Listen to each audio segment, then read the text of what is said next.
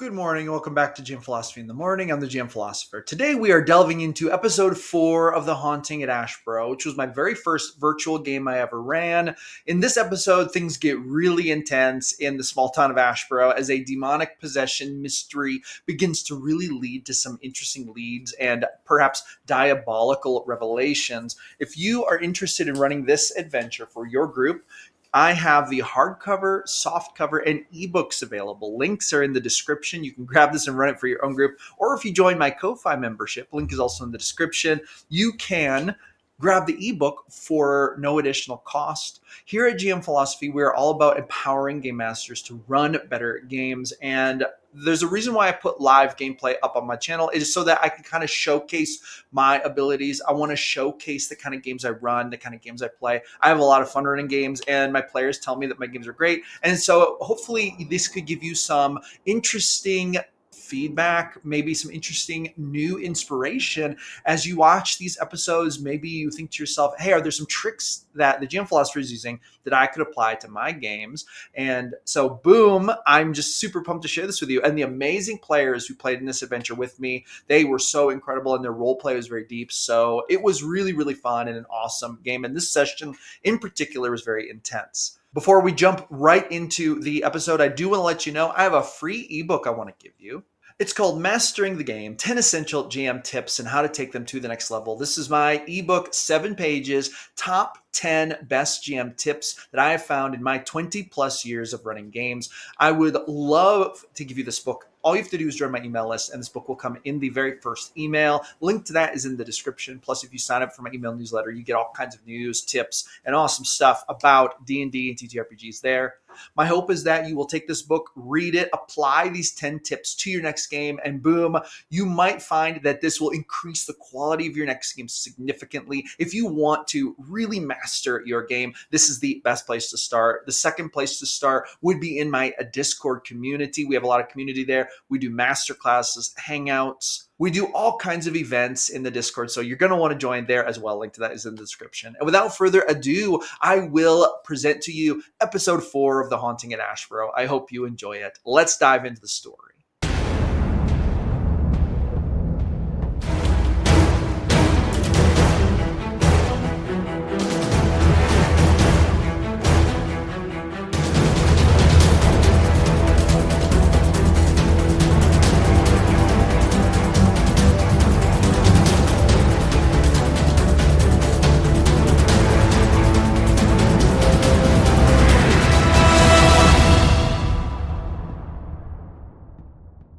All right. Are you guys ready to get started? That's right. All right. Awesome. If I could get everyone to roll me percentiles. Oh, We Lord. just Love started. Lord, Let's get it going. where is my? Yeah. There we And then go. got an 85. 65. That'd be 100 on my hand something. 22. 63. Sounds like we had 85 was the highest. Is that correct? That was Anlin, yeah. All right. Then Anlin, we're gonna start with you. And this is gonna we're starting literally where we left off last time. You guys literally have walked up the steps to the rooms, and then I'm gonna let you guys decide whether you're gonna take a short rest or not, or a long rest, or just whatever you'd like to do. So Anlin, you go ahead and start it off. You can talk to the others, or you can just do a thing. Go for it. So we're in the rooms that we have at the inn and the northern Yes. part of town, correct? Yes, Okay. yes. So yeah, I assume we all kind of just shuffled into one room again instead of going into our separate rooms. So Alan is going to do the thing that he always does, at least when we're strategizing here in this room. He's going to open up the window and then just sit up in the windowsill, get out his bag of worms, and look to the others. So, what is going on in this damned town? We have these elven teenagers, I guess, teenagers, running around trying to. So the what was her name? El Reese. El El Reese. Reese, yeah. So El Reese and gang, they are basically they're trying to keep it going, correct?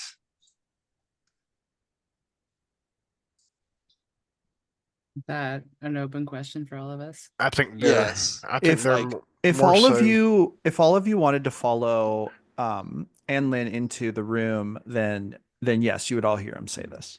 oh sorry, I thought we had all gone in there. That's my fault. Mhm. I thought you said that, my fault. Oh no. But I'm yes, assuming everyone would I like was to. addressing the group. He's just trying to understand the next steps. We've gotten a lot of information thrown at us this first part of the day. I'm not quite sure where to start with it, I Mhm. guess. Hmm. Like, are we trying to or are we going to do this plan where we sneak into the library with Selvig? Or are we going to, because we have a meeting with Ellery's tonight, correct? Tomorrow morning. Oh, in the morning. Oh, okay. Before morning, yeah. Um, I don't know. I would like to go talk to the Fletcher, but that's personal. As far as the job itself goes, what are y'all's ideas?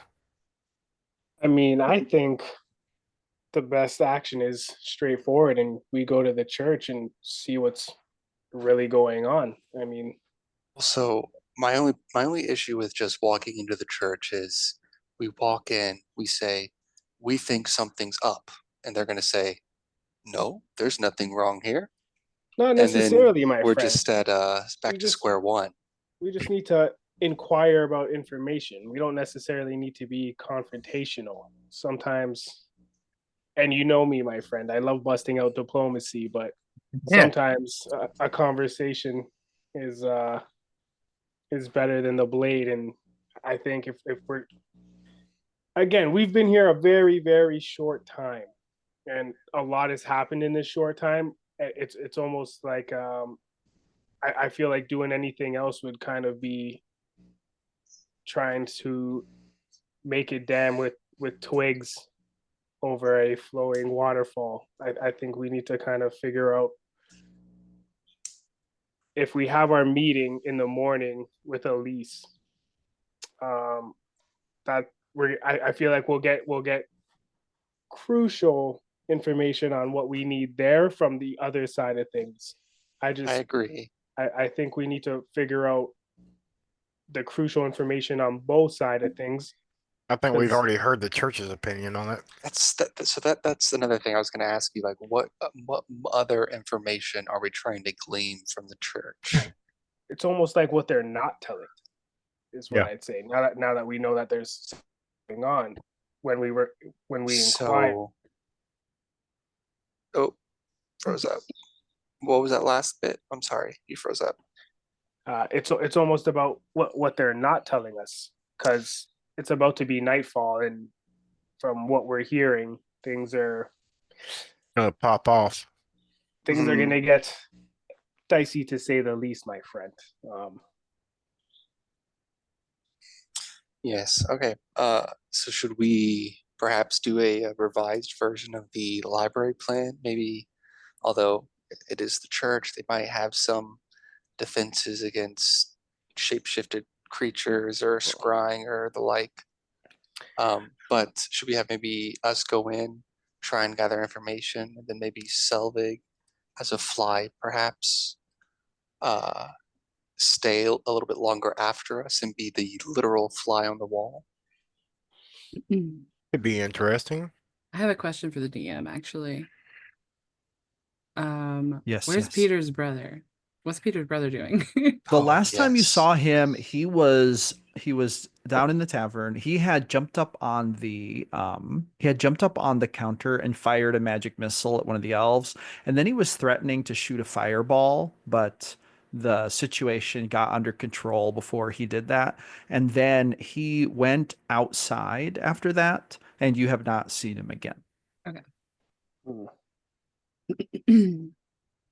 I still think that Another important avenue is finding out what involvement the original people at the burning have now, if they're just trying to stay hidden from it all. I Well- agree. I definitely want to talk to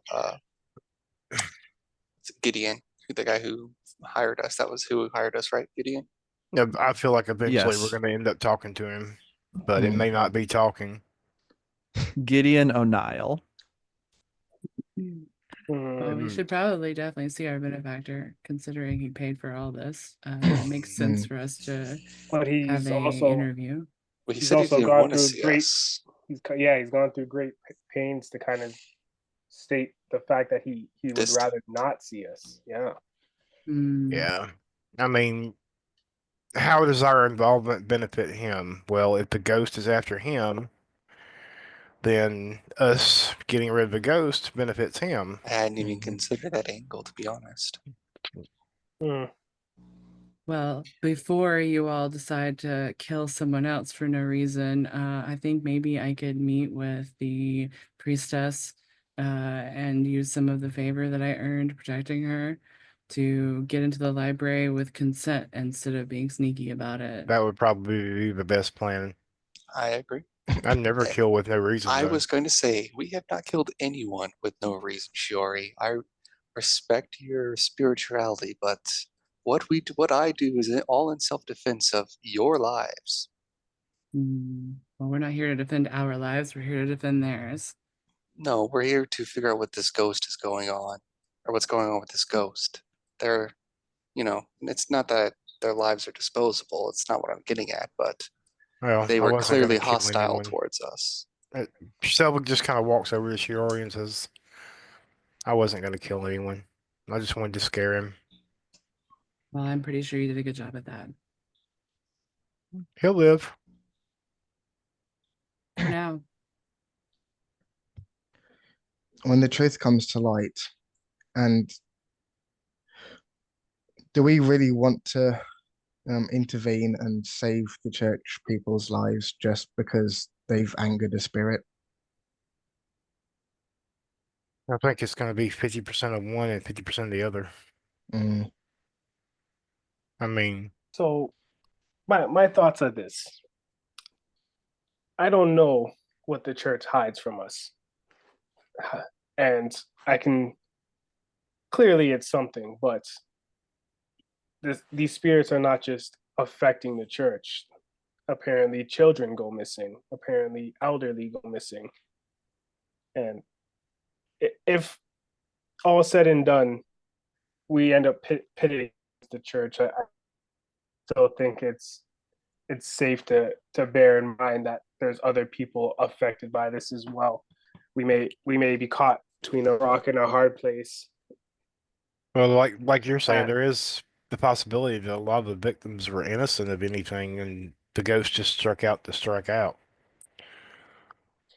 I mean, because as far as I know, Gideon O'Neill is the only person left that was alive then, Mhm. other than the person we're going to talk to.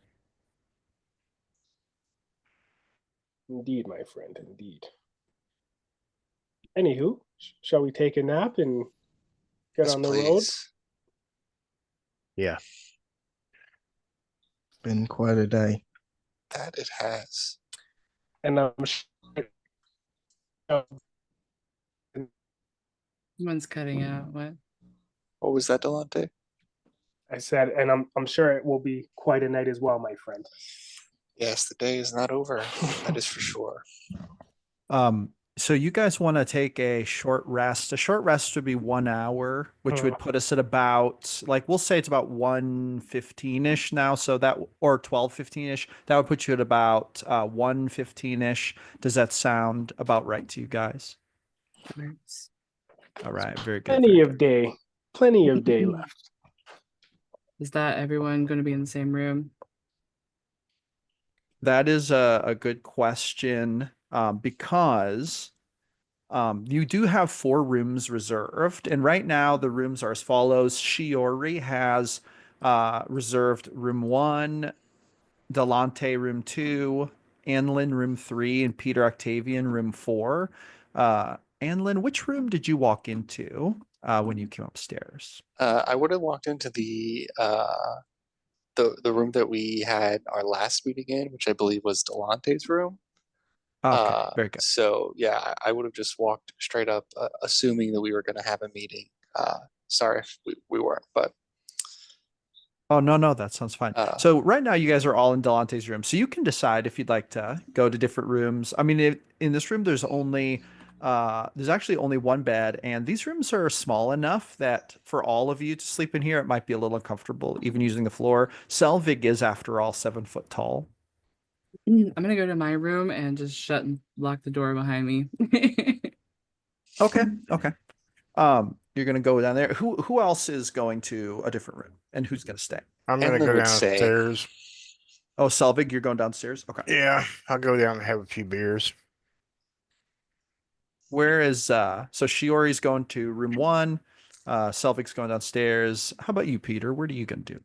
Peter's gonna follow um follow down to the bar. Oh, okay. Following Selvig. How about Delante?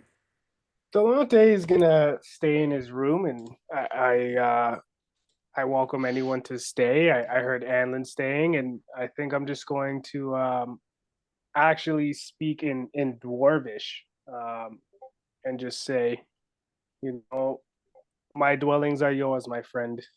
And I don't know what we're about to come across, but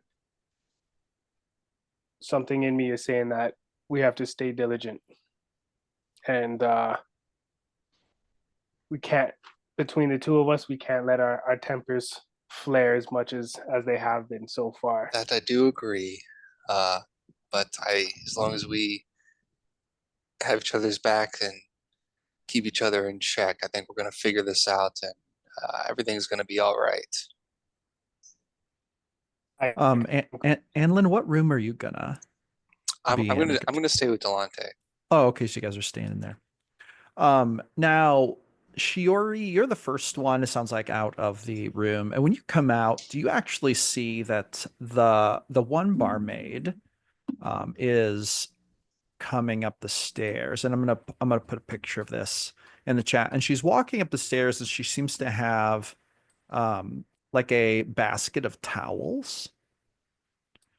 It is the Anna Ginger, the one you guys met for the first time last session. Just gotta grab the image here. And I'm gonna throw it in the Discord.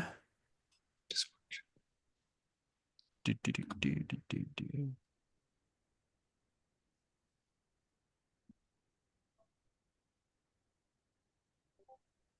Oh yes. So you passed her. She's the one with the scar on her face. So she's coming up the stairs. Well, actually, Shiori, you don't pass her. Selvig and Peter do. But Shiori, but by the time you go into your room and shut the door and lock it, she hasn't gotten to the top of the stairs yet. But as she passes you guys, she just kind of smiles at you and then just kind of walks past you on up to the rooms. And she proceeds to go to room number 1, which Shiori is your room. And basically, right after you've locked it, she like knocks on it. And then she says, "Towels." Okay, I'll unlock it and open the door and just kind of like peep through. I still have my mask on. Oh, yeah. Okay. Okay. She's going to say, "Hey, I just have some towels for you." And she takes 2 of the towels out of the basket and kind of goes to hand them to you. Okay, I just take them and I give her a bow and say thank you. And is she Elvish? She's not. She's human, right? No, she's a human. Okay. Yeah. And just tell her thank you. She kind of gives you just a kind of superficial smile and then moves on. Mhm. And then she goes to Delante's room and knocks on the door. Delante, you and Lynn yeah. here knock at the door. So I think at this point, Delante, I'm lying in my bed here, and I'm kind of doing my hand twitch, and for those that have kind of been around me a little bit, can kind of ascertain that the hand twitch is for one of two things. It's either when I'm coming out of transformation of my hybrid state, it's kind of to wheel the emotions back in, or if I'm just in human state, it allows me to control my emotions, so I don't want to transform and help me control the urges. And So I'm kind of just focusing on my hand clench, and I'm gonna ask Anlin to actually answer the door as I'm kind of just So yeah, on my Anlin, back. he would have been definitely noticing that Delante's got the twitch going on. Um, he would have been, kind of making a little corner for himself and getting ready to to take some rest. But yeah, he would go and open up the door for sure. Definitely wide open. Oh, okay.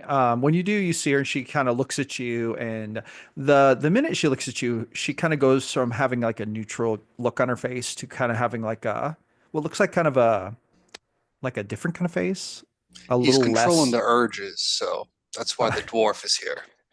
If you were expecting someone else. Oh, and she's gonna The say, urges. she's gonna kind of look over when you swing the door wide open. I mean, the bed is in view, so she kind of looks over there at him and then looks at you. And then she's kind of stands there holding the towels, looking at you as if she's expecting you to. Oh, you go and grab the towels. Okay. Oh yeah, he definitely would have like taken one and started rubbing the dirt and like grime off of his forehead and like waiting for her to respond.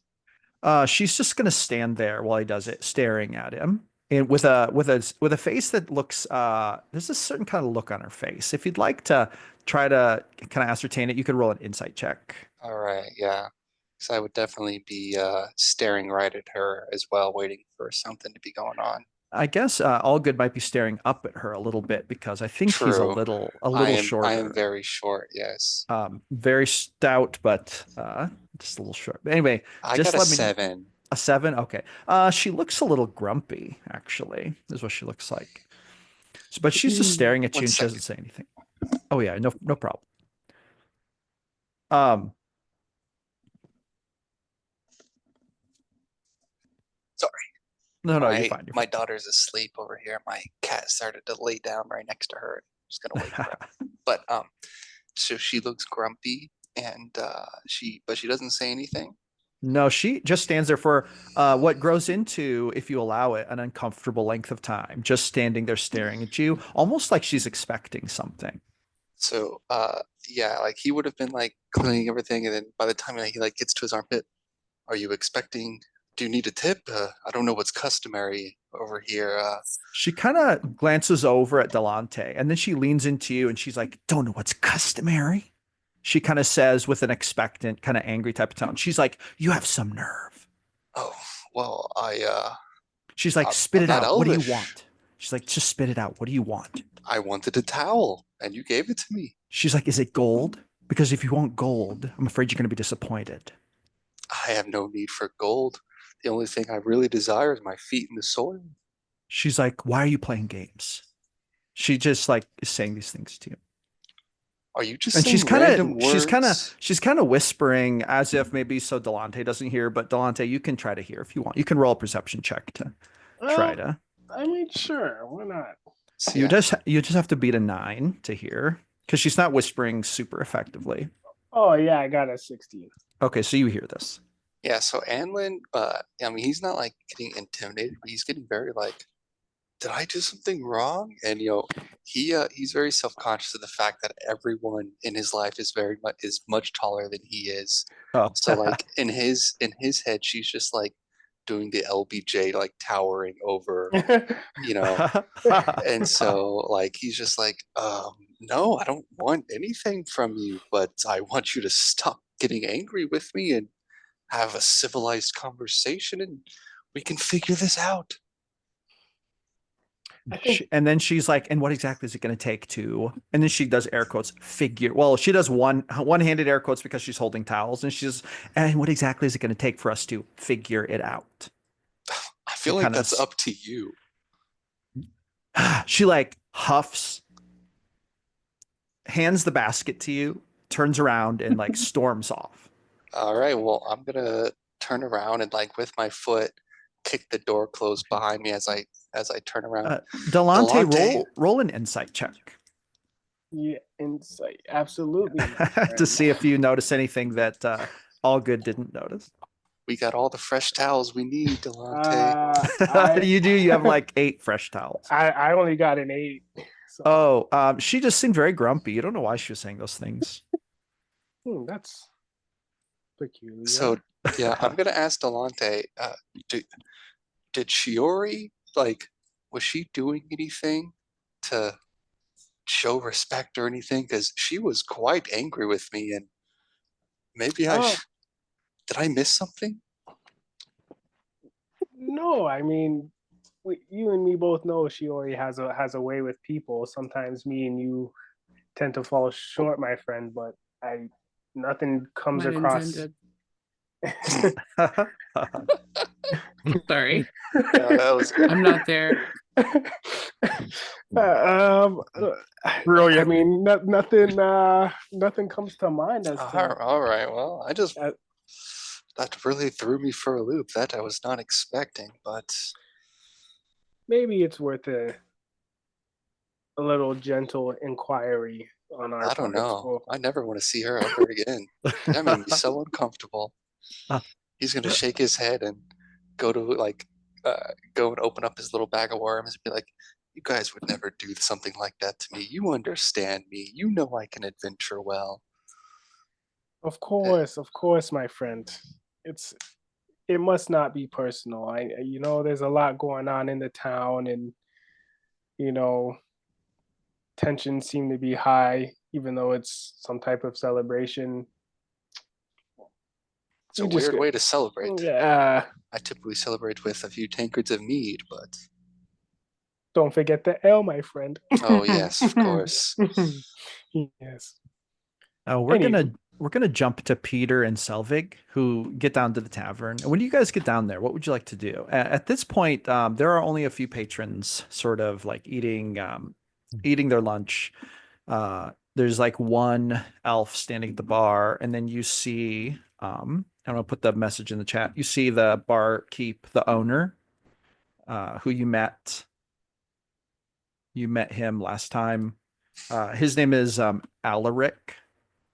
But I don't think I showed you a picture last time. But anyway, so he's down there tending the bar, and he's just kind of chatting up this elf who's drinking at the bar. It's like a older elf gentleman, kind of well dressed. But anyway, there's just a few people in the bar, none that you recognize except for Alaric. You don't actually see that girl with the scar or the other barmaid, Charlie. You don't see either of them right now. You just see the tavern owner. But what would you two like to do? I would just, since I can't speak English, I would gesture for them to fill my tankard. He's gonna walk up and he's gonna take your tankard, and you see him kind of go over to the big barrel and fill it up, and then he's gonna say, "Where are the rest of your group? There were quite a few of you, and if I do say so myself, you've been a bit of the talk of the lunch. That little scrap you had with the lumberjacks has people talking." And then he brings you your tankard. All that he just said sounds like rubbish to you. You don't understand because he's speaking Elvish. But Peter, you understood Nine. it. I just say to um just saying that we caused quite a stir with the lumberjacks. He kind of nods and he says, "Well," he says, "if you." I was saying that to Selvig, Oh, relaying it. oh, you were Well, saying that to Selvig. We only stirred up when we needed to. Oh, gotcha. Now, Sure. Peter, are you gonna order anything? That he kind of looks at you, kind of like is like, Ugh. "How about you, sir?" He's like, "Something for the sorcerer." He says, "I'm sorry if that term is offensive. It's just that I was talking to Samuel. Is that your brother?" Yeah, and he was talking about how you're a sorcerer. He said you that gifted one of your family, I think, is what he said. So, He's jealous about nothing. oh, I see. Oh, my mistake. It seems that I have put my foot right in my own mouth into your guys' business. I'll tell you what, one on the house for that. Kind of pours you an ale and hands it to you. I have a sympathy. You can call me whatever you want. Oh, God damn He it. says, "Then I'll call you a fine gentleman." Now, as you guys are there drinking, suddenly someone appears like beside you, Selvig. And at first you don't notice her because she's so small. It's actually 3 foot tall. But you see this person walk up to you, and I'm gonna put her picture in the thing as well. So Oh, this wow. halfling walks up, and she's dressed quite, in sort of a she's dressed in a very different manner. Uh, she seems to be dressed in like some kind of fancy clothes. She kind of looks like that eccentric aunt who never had children but traveled the world. Kind of like that kind of person might dress. And she has like a lot of jewelry. And she also has a book bag around her shoulder, but she kind of jumps up onto the stool. And even up on the stool, I mean, she doesn't even come up to your waist, basically. And then she says, um, excuse me. And she says this in common to you. She says, I don't believe I've had the privilege. She kind of holds her hand up. She says, my name's Serafina. He holds out a hand that's bigger than her whole head. Pretty much. Well, she would shake it and she would say, and you, good sir. She kind of leans in front of you, Selvig, and puts a hand over to shake Peter's hand.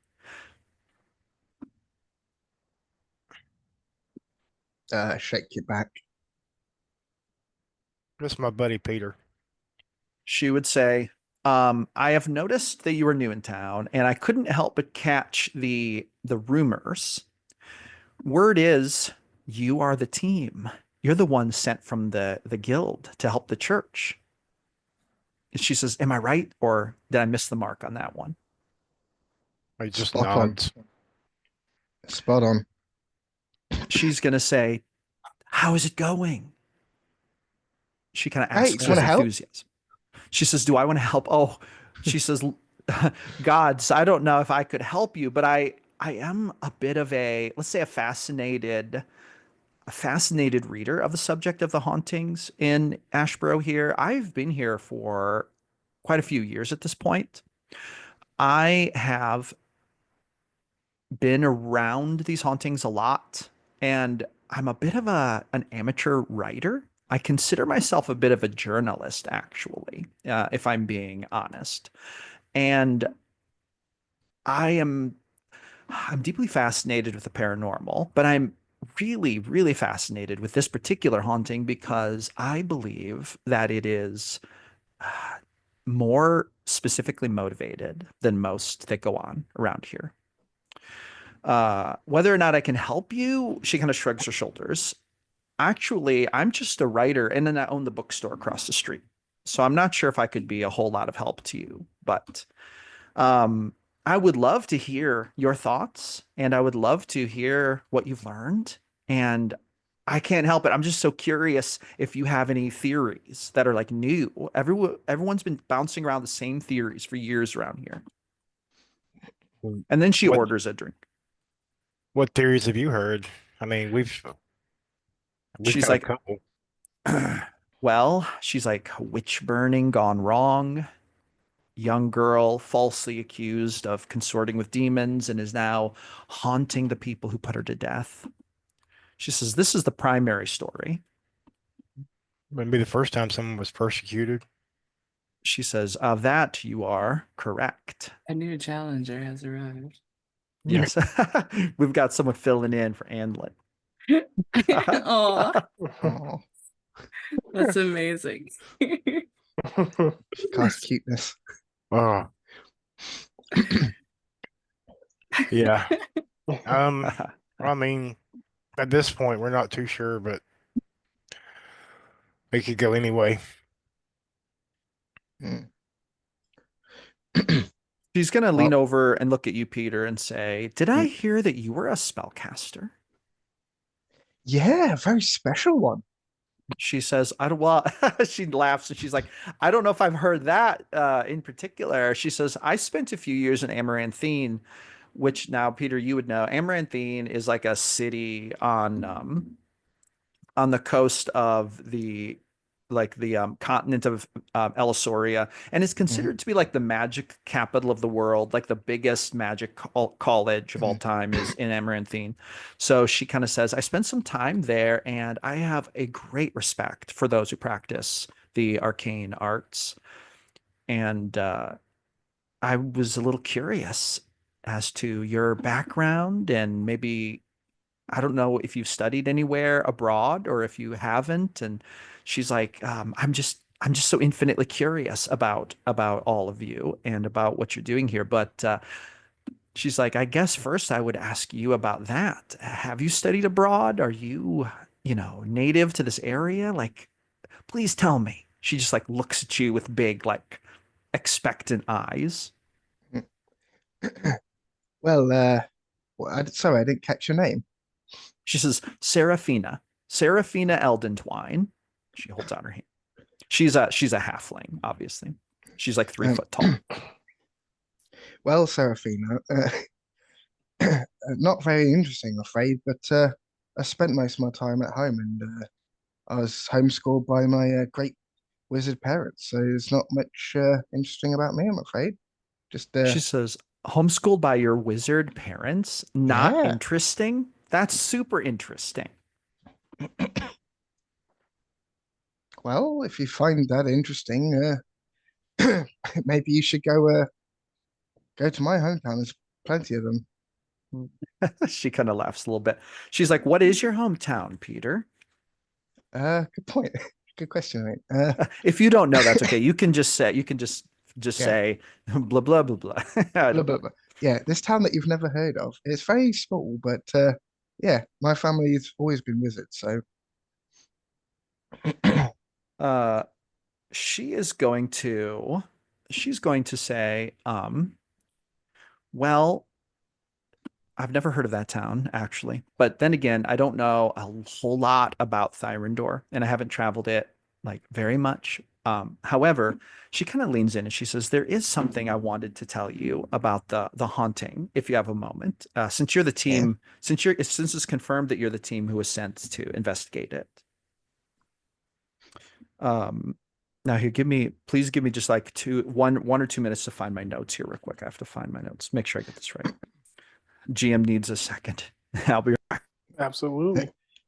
Selvig, there's something I want to have a word with you when we got some time alone. All right. Um, An out of character question for everybody else. Did the hour go by yet and I just missed it, or did the two of you just go downstairs I instead think of this is happening during resting? the hour. yeah, Okay. So y'all just chose not to rest, just go downstairs instead? I went down to have we're a resting beer, up. and I was going to rest while I was having a beer. I was gonna say, Okay. yeah, I'm just that's sitting why I in the Yeah, it's chair. just some light activity. Okay. Nothing, yeah. Cool. Yeah. I just like zoned out for like 3 seconds and missed something, so I wanted to make sure. It's not like I'm, light activity, Yeah. getting toasted. Sounds I think good. it's a good thing that Yeah, your Selvig characters drink secretly that much. away at the drunken master. All right, so here's what she would tell There isn't you. enough ale in this inn to get me drunk. That's maybe true. That's maybe true. Um, all right, so she would kind of lean in and she would kind of look around and kind of make sure that nobody is like nobody's nearby. And she kind of lowers her voice to a whisper, and she would say, "So, like I said, I own the Enchanted Quill bookshop, like just down the street. I consider myself a bit of an amateur historian and writer, and I'm deeply fascinated by these hauntings. And I have kept a pretty good record of my own experiences while living in this village." She says, I've only been here for a few years, but I've seen quite a bit. And I've interviewed a lot of people who've seen a lot of things. She says, and I have detected that these hauntings always take on a certain pattern. So she says, um, there's always 3 sightings. There are 3 events that tend to correspond with the vast majority of hauntings. In the first sighting, Alania, who everyone pretty much agrees that that's the name of the spirit that's haunting this village. Alania always appears as a little girl, and it always shows up like manifests like this, and that's always like the most innocent form. Like she kind of seems to retain the girlishness and humanity that she had during life. In the second sighting, she's generally described as appearing more monstrous. She's larger. And there are more like, and I hate to even use this term because I'm not sure that this is the right term, but this is what people say. There's more of a demonic nature to her. Mhm. Um, and these sightings are way more dangerous. The second sighting is usually the first sighting that corresponds with actual injury or possibly death or disappearance. The first sighting is usually scary, but there's not casualties or injuries. The second sighting is usually when those things start. And then there's a final sighting, and it almost always occurs on the final night of the festival as midnight approaches. During this third encounter, eyewitnesses who are like, well, let's just put it this way. Those who would have been eyewitnesses generally end up dead. Mhm. If there's anyone near where Alania manifests on this third haunting, they usually die. This third haunting is almost always centered near or around the church. And this is always the site where the most grisly murders take place, like the ones where people are like dismembered and mutilated. Like it's never an innocent disappearance associated with this third sighting. It's a scene from a murder novel. I mean, it's Mhm. awful. She says another thing is that these sightings are usually always um, she says they're usually associated also with sightings of the wolf, Gusty, whom they call Gusty. Um, she says, it is my it is my belief that this cycle gives us a bit of a clue into what's happening, though I'm not sure what it is. There's also a theory that Gusty was Alania's puppy while she was alive, and that now he is basically stuck between life and death, but it's unclear as to what he's doing or what his purpose is. But I think that there's something important about Gusty. I don't think people pay enough attention to him. And then there's one other thing. And she kind of looks around and she's like, on this one, I'm going to have to ask you to pinky promise me that you won't tell anyone. You heard this from me. Then she kind of looks over at you, Selvig, and she's like, how about you, big guy? Can you keep this a secret? Keep this between us? Yep. She's going to say, so there's a rumor, and I got this from a clergy member a couple of years ago who wasn't supposed to tell me this, but they told me this because they were afraid the church wasn't doing all they could to get rid of the hauntings. There is apparently a secret book that's passed down from high priest to high priest that specifically details like secret information about the origins of the haunting that the church doesn't want leaked out. But they need to educate the new high priest and priestess so that they know how to deal with the hauntings. And apparently there's like an underside to that nobody but the high priest or priestess knows about. But there's a book that's passed down from office to office, and apparently it's hidden in the clergy living quarters. That's what I was told. Now, you didn't hear that from me. She kind of points at you. She's like, if you say that I said that, I'll deny it. But there's a little hint. I hope that's helpful. I just kind of bumped my shoulder into Peter a little bit.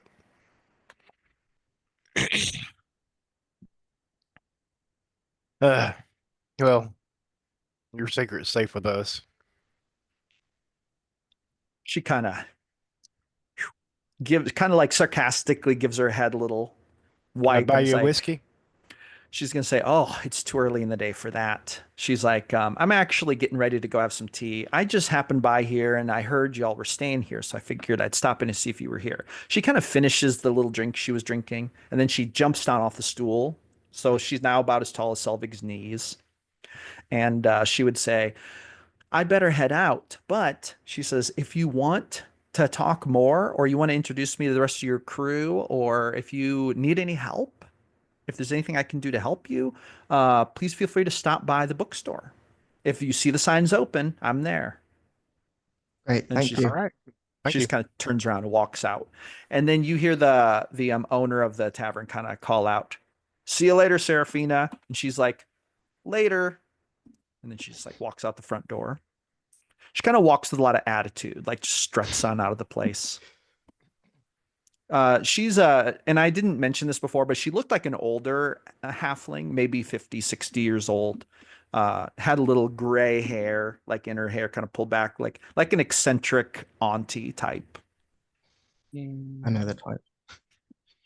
But anyway, so that's what you guys experienced. Now let's go to Shiori for just a moment. Ducky. So Shiori, are you just kind of taking a short rest? Are you gonna sleep or are you just like chilling? I was actually hoping to meditate a bit, and she's feeling, a little bit frustrated, a little bit confused with and lost with the way things have been going. And so I think she would be sort of like, I don't know if it's actually something she can do, but almost like she's meditating and like asking her master for guidance with the situation. Yeah, yeah. Okay, roll me a religion check real quick. All right, can do.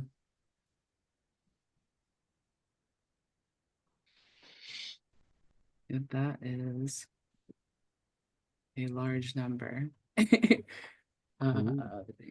Heck eight, yeah. 18. 18. Okay. So you are meditating. Grab a note here real quick.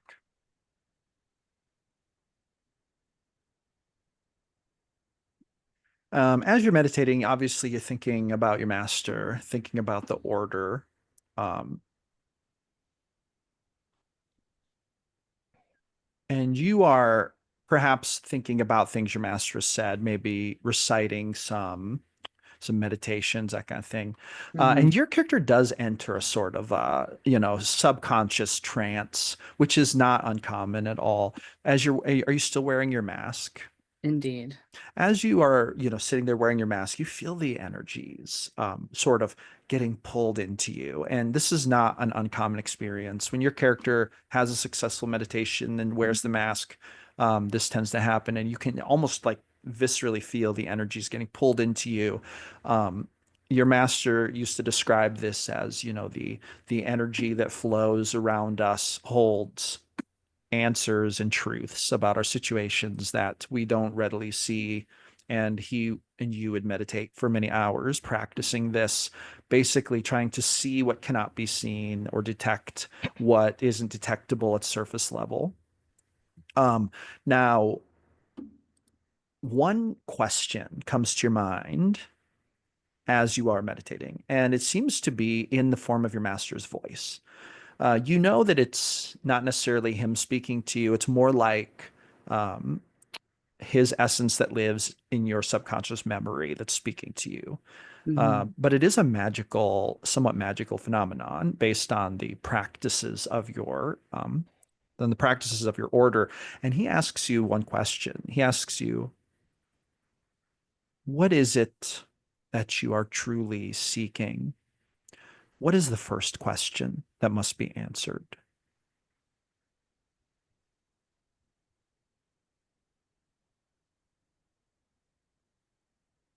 Don't know what to say. That's why I'm asking you. He says, so you're asking about what the first question should be. And then you just see something like you kind of a little bit of a vision, and you see the church, Mm, and then you see it's sort of like day, and then it's night, and then it's day again, almost like a time speeds up kind of thing. And then he would say to you, um, there is no black and white here.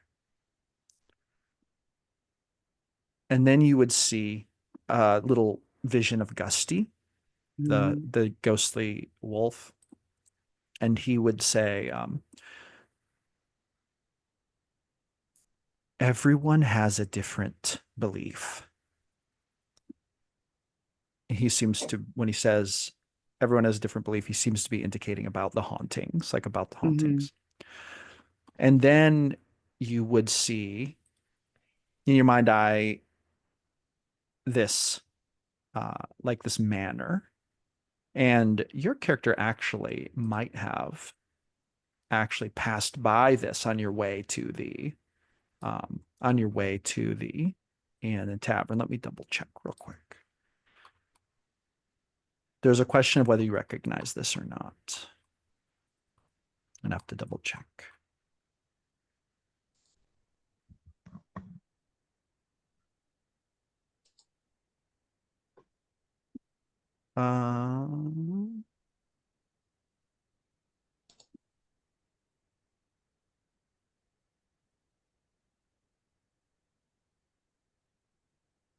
Let's see.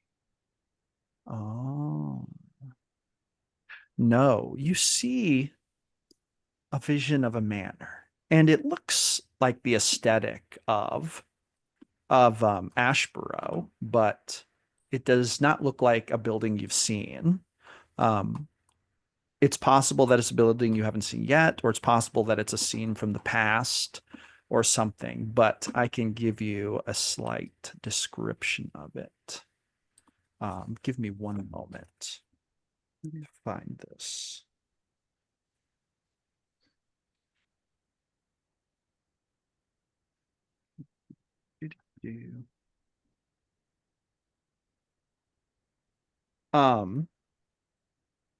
You see within your vision the sight of an elegant, sprawling household, nestled amongst the backdrop of some trees.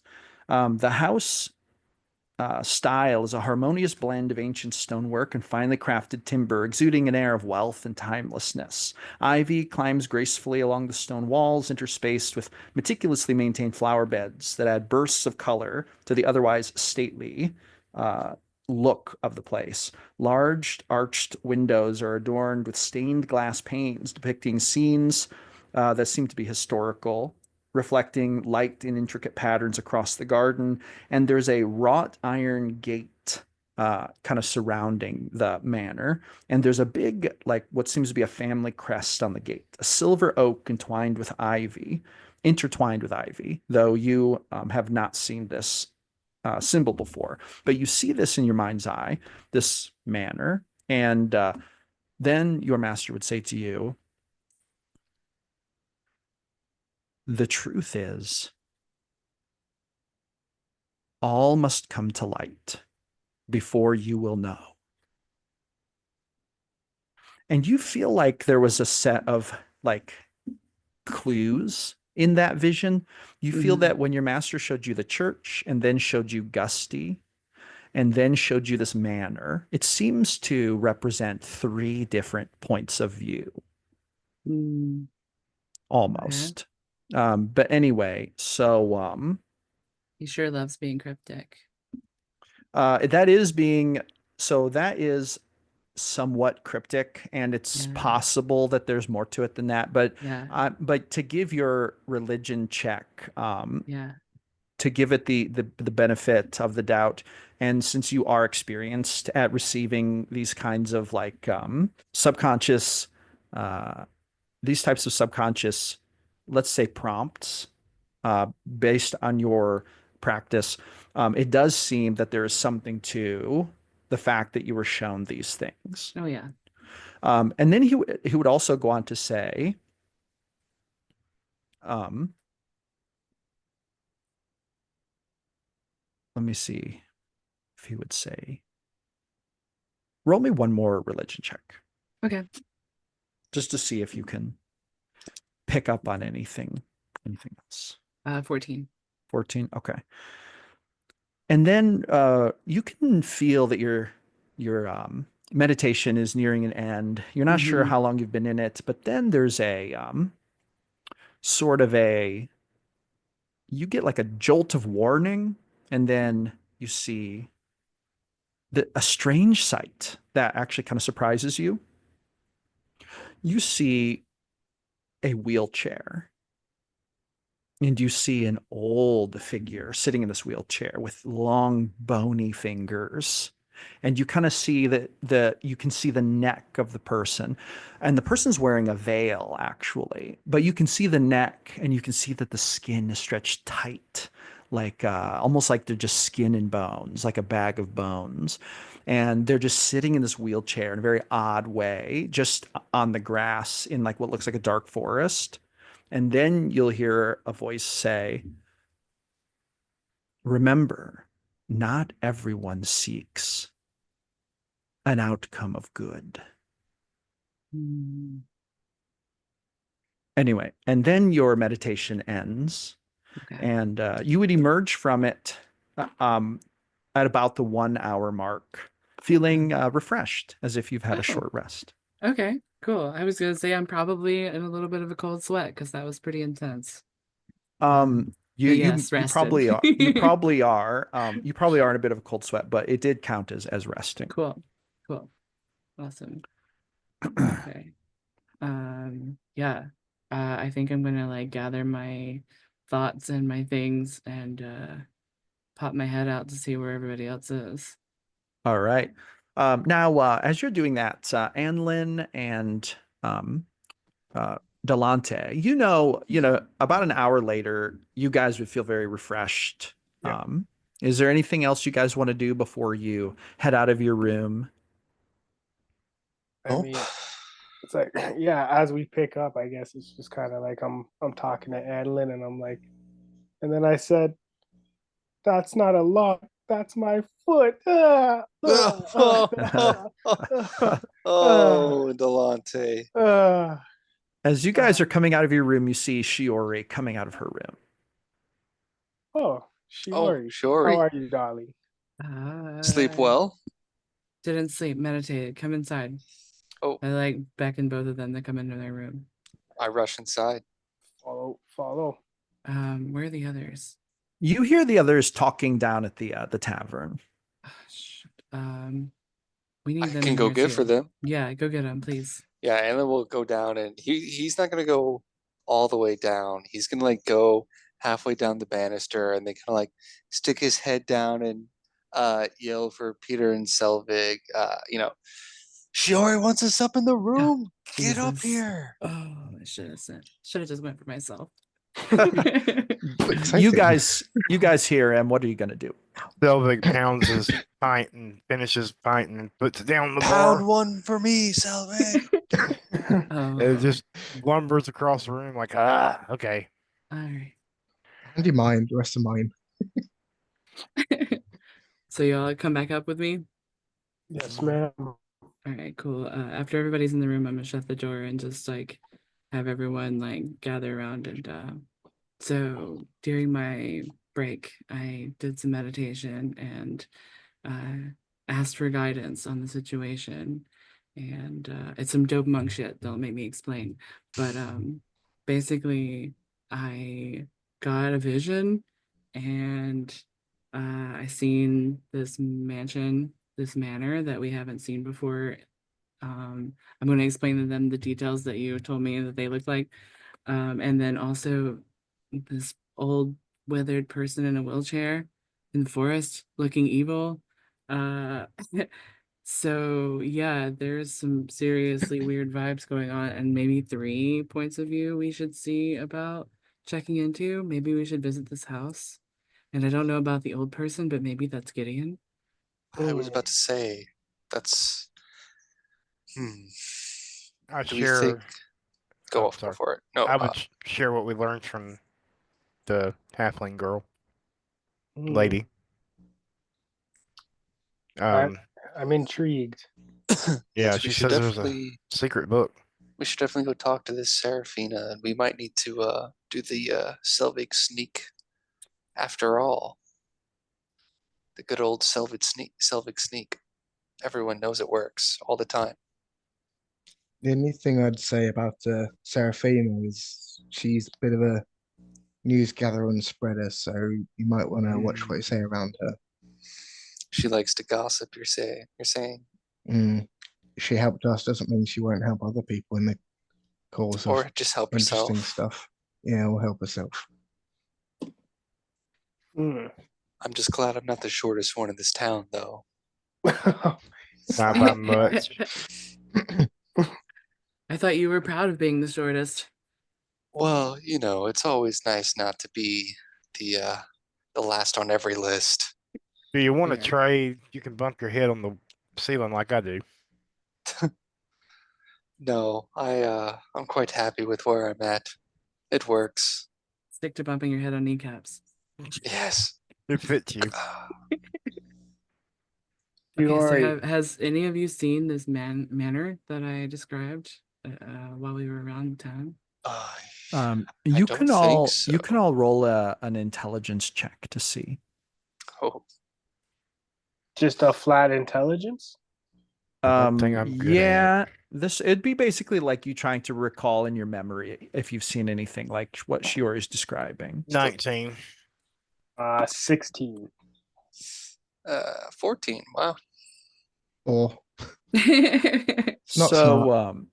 you are all pretty sure you've never seen what Shiori is describing. It very much like Shiori. This sounds like something that that's if it is around here, you haven't seen it yet, which is not to be so surprising because there are parts of the village you haven't like walked through. So Mhm. I Hmm. just know some folks went running around earlier, so I wasn't sure if maybe they peeped it. While we have time, should we maybe explore a little bit more of this village? Get our feet under us so we maybe know where is where and a little bit more of who is who. Yeah. How That's not a bad idea. how much time do we have before nightfall? it's about it's 1:15 right now. Oh, we got plenty of time. Okay, shall we head out? let's do it. Yeah, Yep. let's go get our Let's rock.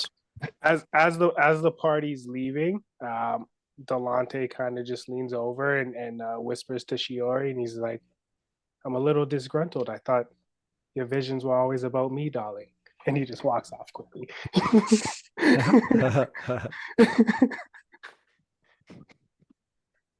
I'm gonna put a map of the village in the chat, so that you guys can say, where he you'd like to he go. knows she's giving him the finger, but he keeps walking. Behind the mask.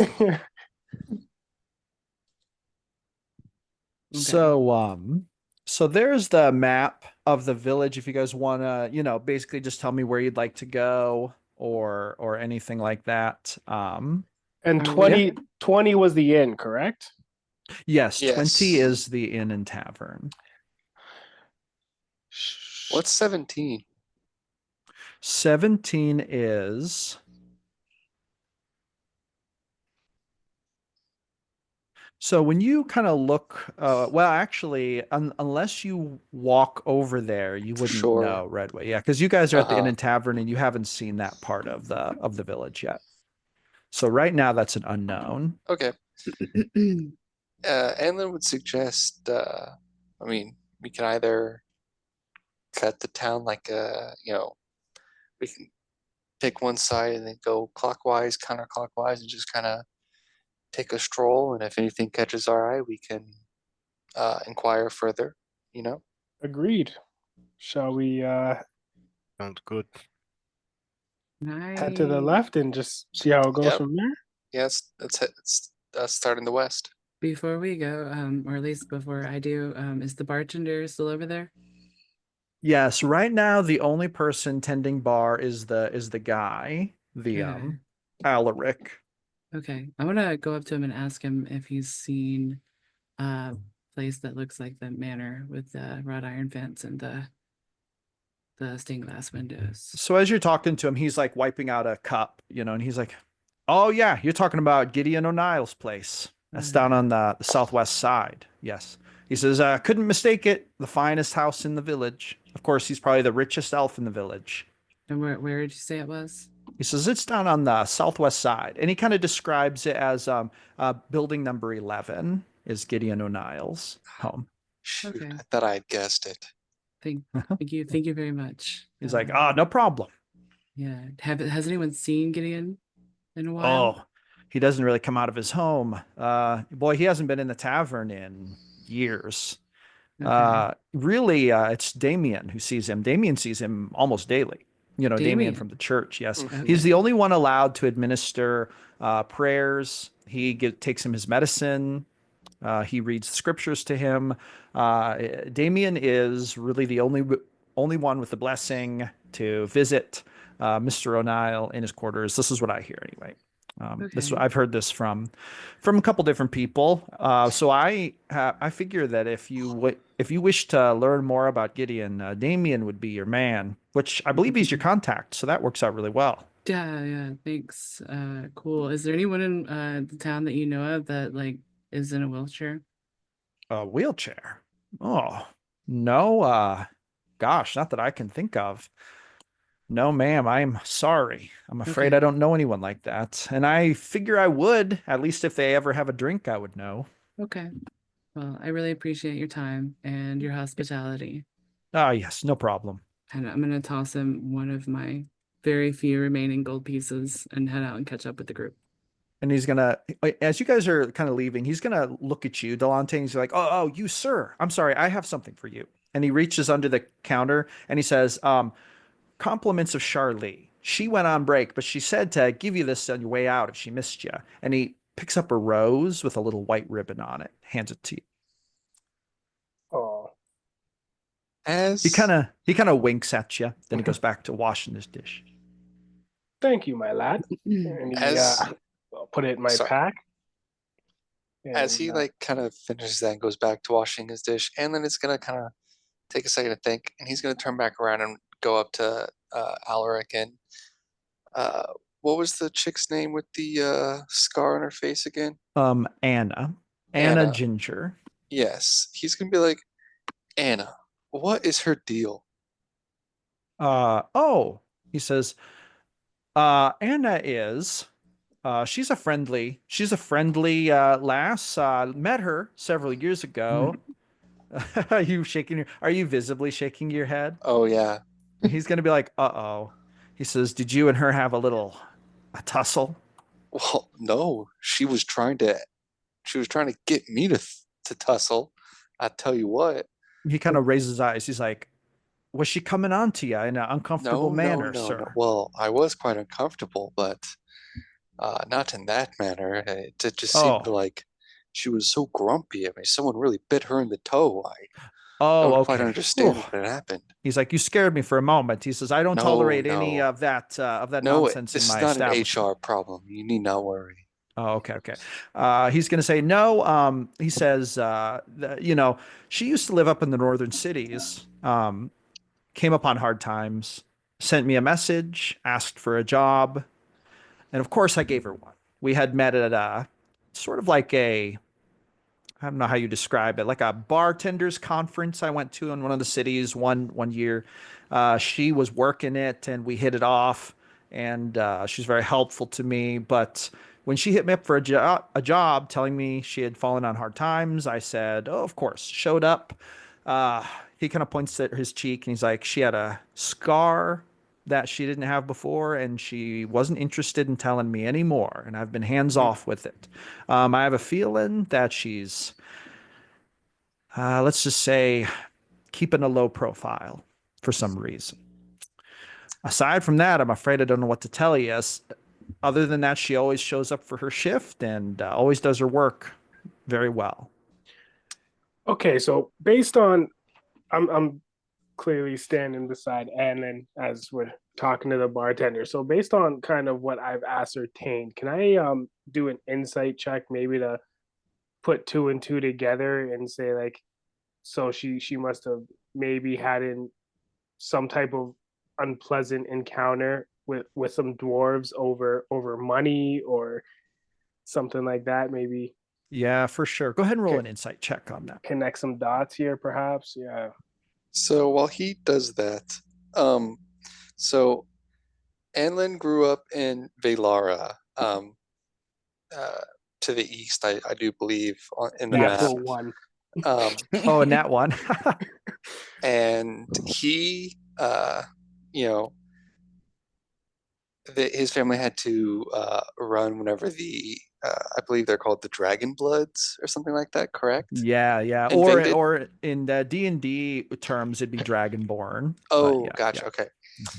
Okay, so then never mind. I was going to say, but so would there be any, could like Anlin kind of be thinking about this? Would he have any, like, would she also perhaps be Velarin or, from the northern cities? I guess he just said that she's from, huh? So, never Yeah, mind, never mind. no, if she's from the northern cities, odds are good that she's not Velarin. Because in the northern cities, it's more like the northern cities are in Thyrendor near the mountains. They're more modern elven cities. You guys are kind of in the old-fashioned traditional part of the country, but then there's some more modern cities. They're well known for I mean, lots of industry, magic, nightlife, like very exciting and kind of progressive, as opposed to more traditionalist, like in this area. But Valarans, so Valara shares land with Thyrendor. So some people Mhm. fled across the river and across the mountains and came into Valara. And it's possible that some of those people would have headed north, but it hasn't been like that would have been a long time ago. Like you would know that for Uh-huh, her to get through and to go up there and have a whole thing, that she would have had to flee like probably it would have been quite a while ago. You know from experience that it takes a while to get across the country. for sure. Okay. But it's possible. It's not impossible. And unfortunately, Delante, your character rolling the one, you just can't make no sense of it. It's like basically. I'm So distracted yeah, by the rose. Anlin, Yes, he's yes. just gonna be like, "Well, thank you for the information." And he's He's gonna as kind he of nod. turns around and kind of he's just like muttering to himself, like, "I swear, she was just saying random words. I have no idea what she could have been angry about. She was asking me what I wanted, what it was gonna take, and what I did. I don't even know." The Alaric kind of says, "Well, he says, are you sure you don't know her from somewhere? As far as I can tell, it sounds very uncharacteristic of her. Um, would you be opposed to me having a little word with her, see if I could figure out what's going on?" So yeah, I don't. That's fine with me. I mean, He says, maybe I I'll mention it, see if I can dig something up. I was gonna drop it, but then I saw you, and I don't know why. I just felt like I should ask. He says, I'm told I'm approachable. Oh, yes, yes. All right, well, I will be seeing you. Take Just care, kind my of friend. gives you a nod. All right. So you guys said you were going to head out and go basically west on the map. Yep. All right. All right. I think Whenever counterclockwise? Question mark? counterclockwise.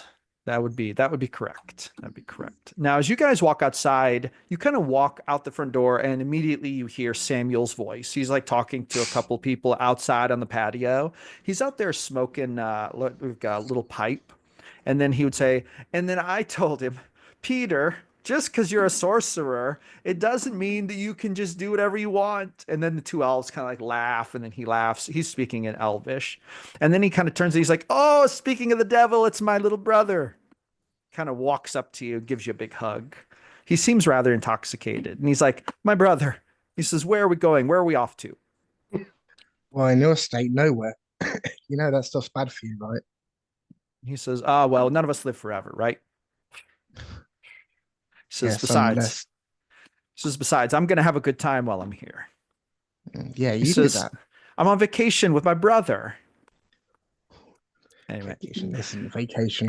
he kind of walks over to the other elves and he throws down some money and he's like, I'll take care of this. He's like, I have to go though. And he kind of comes over to you guys and he's just kind of hanging out like he's going to accompany you. You know, Samuel. Sorry, go on, Peter. Sam, it's not what I am that makes me do what I do. It's what I choose to do. He's going to say, well, brother, he says, this time I'm not going to choose to let you isolate. Family's important. I'm going with you. Well, I'm not looking after you if you get in the way. Hey, he says, that is totally fair. I could totally look after myself. He kind of stumbles a little bit. He's a little like intoxicated, kind of trips on a bar stool leg. Oh, I And then thought we he's were like, outside. yeah. There's like some outdoor, like little patio type, like bar setup things. Okay. So it's like he kind of trips on a stool that's out on the patio. We're Anyway, so gonna have he's to just save kind that of guy's life. He's just kind of hanging out. So anyway, you guys can continue. Go ahead. If you want to continue, that's fine. Or if you want to stay here, you can totally do that. No, And we would definitely continue, I think. for the sake of role play, I had to hold back the urge of trying to trip him. Oh, okay. Well, it doesn't look like it Shiori would be very wouldn't do difficult. that, but I would. It does not look like it would be difficult to do. He is Well, kind of a Oh my mess. goodness, dang it. You're so funny, Shiori. That's what Anla was gonna say before. Or not, but I was gonna try, but it's okay. It's fine. Oops. Anlin he's gonna be walking next to Delante, and he's gonna hear "Speak of the Devil," and he's gonna turn to Delante and be like, "Is Peter a tiefling? Where are his horns?" Yeah. As we No. start walking, I kind of just shoulder check his brother. He's like, "Oh, careful, big boy." Harder than that. Oh, Right he into kinda the dirt. stumbles. Are you gonna shoulder Oh. check him hard enough that he might fall down? Yes. I'm like, oh, sorry. Roll a Strength. strength check. Oh, Lord. See if you can beat an 11. I got an 18 minus 1. Oh yeah. So he actually trips and falls right down onto the gravel. Oh, and I reached down with my hand to help him up. Oh. He kind of like looks up at you, and he actually, for a minute, he looks like kind of angry, and then his face kind of lightens up, and he's like, "You trickster!" Kind of grabs your hand, and I pulled up way harder than I need to. Oh my god. he's like, "Watch yourself now." He seems to be a kind of approaching a less jovial mood. I just He's give him a getting little pat on the back. he's like, he says, "Mary, Mary," Mm. and then he His just name like, is Selvig. Gotta He give him a little. says- Gotta give him a little hazing. he's like, "I meant a merry time. We're having a merry time." He kind of grumbles. Oh. I go And then he over kind of and- brushes the gravel off of his very nice shirt. And, As he clothes. starts to brush the gravel off his shirt, Anlin is gonna give him one of the fresh towels that he brought along with him. Oh, he's gonna kind of take it and wipe his face, hands. Don't Like, forget your towel. I have 7 more, so Oh, Yeah, he's like, always. he looks at his hands, which are a little bit scraped up from falling down, and he's like, rats.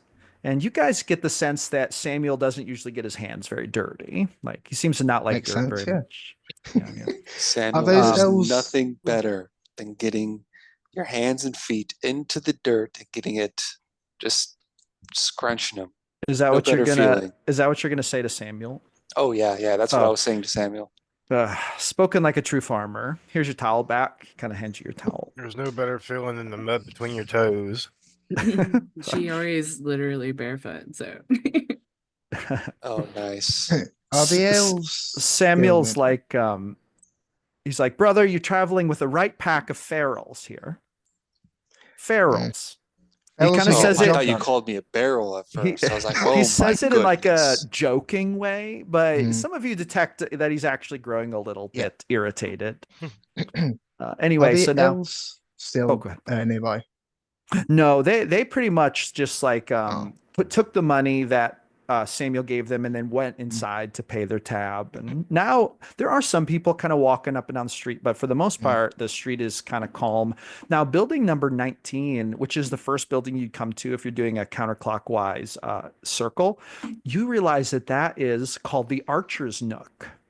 It is basically the local Fletcher's shop. And there's like a archery range in the back and then a storefront in the front. Hmm. I go in. You gonna go in? Okay, so you guys see Selvig march toward the. Are you going in the back entrance where the archery range is, or the front entrance where the storefront entrance is? Whichever's closest. It'd be the front. Okay, so Yeah. is anyone gonna follow Selvig, Yeah, or are you I'm gonna guys? back him Yeah, up. I definitely would leave him alone. All right. So, Selvig, when you walk through the front door, it's just a little jingle of the bell, and you walk into actually a medium-sized, very well-equipped archer shop. You see bows, arrows, crossbows, archery equipment. There's not like, it's not like outfitted like, like it could outfit an army, but it's like walking into a sporting goods store kind of thing, you would know that archery in this area would be very important to the hunters and whatnot, but you see that the shop is sort of part like basically part like woodworking shop, part retail store setup, and there's a counter. And at the counter, there's a boy. He's an elven boy. He looks quite young. And when I say young, I mean like maybe actually 15, 16 years old. He looks very young. And for an elf to be this age, kind of looks like a human when they're about 12 years old. So he's just got a little short black hair, and he stands up straight at the counter and says, "Welcome to the Archer's Nook. How can I help you?" he says in Elvish. And one of y'all translate for me. I'll do it. Is the master in? I mean, what was that? Is the master in? He says, "Oh, you mean Mr. Swiftcross? He actually is. He's in the back right now working on a bow. Shall I fetch him for you?" Please. Mr. Swiftcross in the back. He's the boss. He says, "Very good, very good." He runs to the back. Now, while you guys are standing out here, Selvig, you kind of look over and you see that there's a bunch of like on the wall, there's a bunch of arrows on display. And basically the way it's set up is that there's some bulk arrows, but then there's also arrows that are up there for display that people can like special order and then come back later and get. Like he'll make them for you. And your eyes go right to that arrow, like one of the ones that got shot at you in the tavern, and it matches exactly the design of the one you carry with you, just right there on the wall, like item number 4 on the wall. I'm gonna take a closer look. You kind of look up and you look close at it, and it's a arrow basically designed for bringing down big game. Uh, Beautiful fletching, beautiful razor sharp broadhead. Just state of the art as far as like elven archery goes. And the little etchings in it, there's little like brass fittings kind of toward the front behind the broadhead that make it very, very distinct and unique and matches specifically. Now, as you're looking at this, you hear a figure come out from the back. The little boy is with an older elf. This elf has long brown hair that kind of falls down around his shoulders. He's a very handsome looking guy. He's kind of wearing a green cloak, just kind of like dressed like a woodsman. He has a little knife on his belt, and he's got a rag, and he seems to be wiping some oil off his hands. He's maybe oiling up a bow stave or something. And then he speaks in Elvish, and he says, "To what do I owe the pleasure? How can I help you fine folks today?" He just kind of looks around at all of you. I kind of keep a comfortable distance, but I hold up the arrows and I ask, these are special order arrows? Absolutely. I made all of these, and I can make these upon special order for any client who orders them. Yes. I'm looking for somebody that might have had a special order. He says, "Well, I get roughly 50 special orders a year. So if you can give me a little more information, I may be able to help you. Is it someone you've worked with, or someone who you lost touch with, or did you see something you liked?" I think it was someone who was sent to kill me. Oh, he kind of.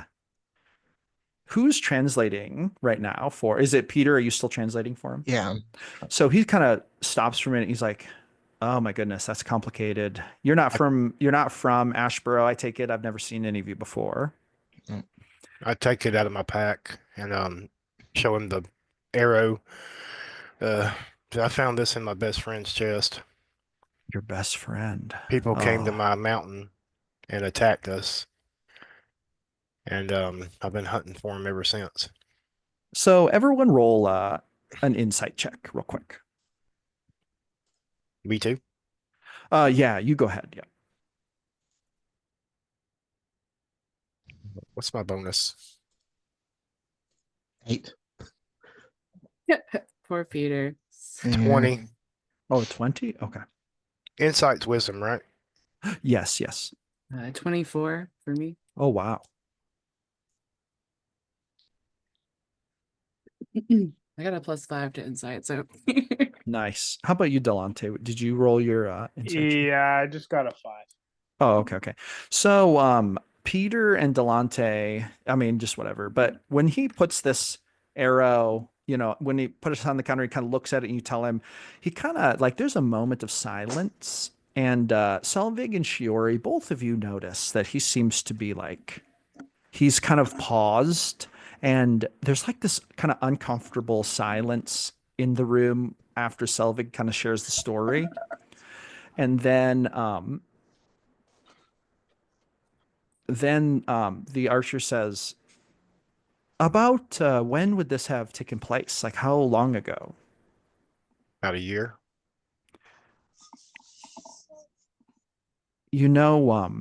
This arrow was absolutely crafted by me. And I do remember who ordered this. It was somebody that I have done special orders for in the past. I don't have his name right here. It would be in last year's logs, which are in my storeroom. Is it possible that you could maybe come back for the information tomorrow after I've had some time to dig it out of my logbook? Do I believe Not he to- needs time to dig it out? Roll another insight check as he says that, if you'd like to kind of dig a little deeper. Would anyone 18. else would anyone else like to roll an insight check on that? Yeah, I'm wondering if he's stalling. Go for it. Yeah, So me too. you, Selvig, upon getting an 18 insight, there's something about what he said that doesn't quite ring as honest. It's not really checking out. Like you're not convinced he told you the truth about some part of that. I walk up closer and lean forward to him. I'd much rather you tell me now.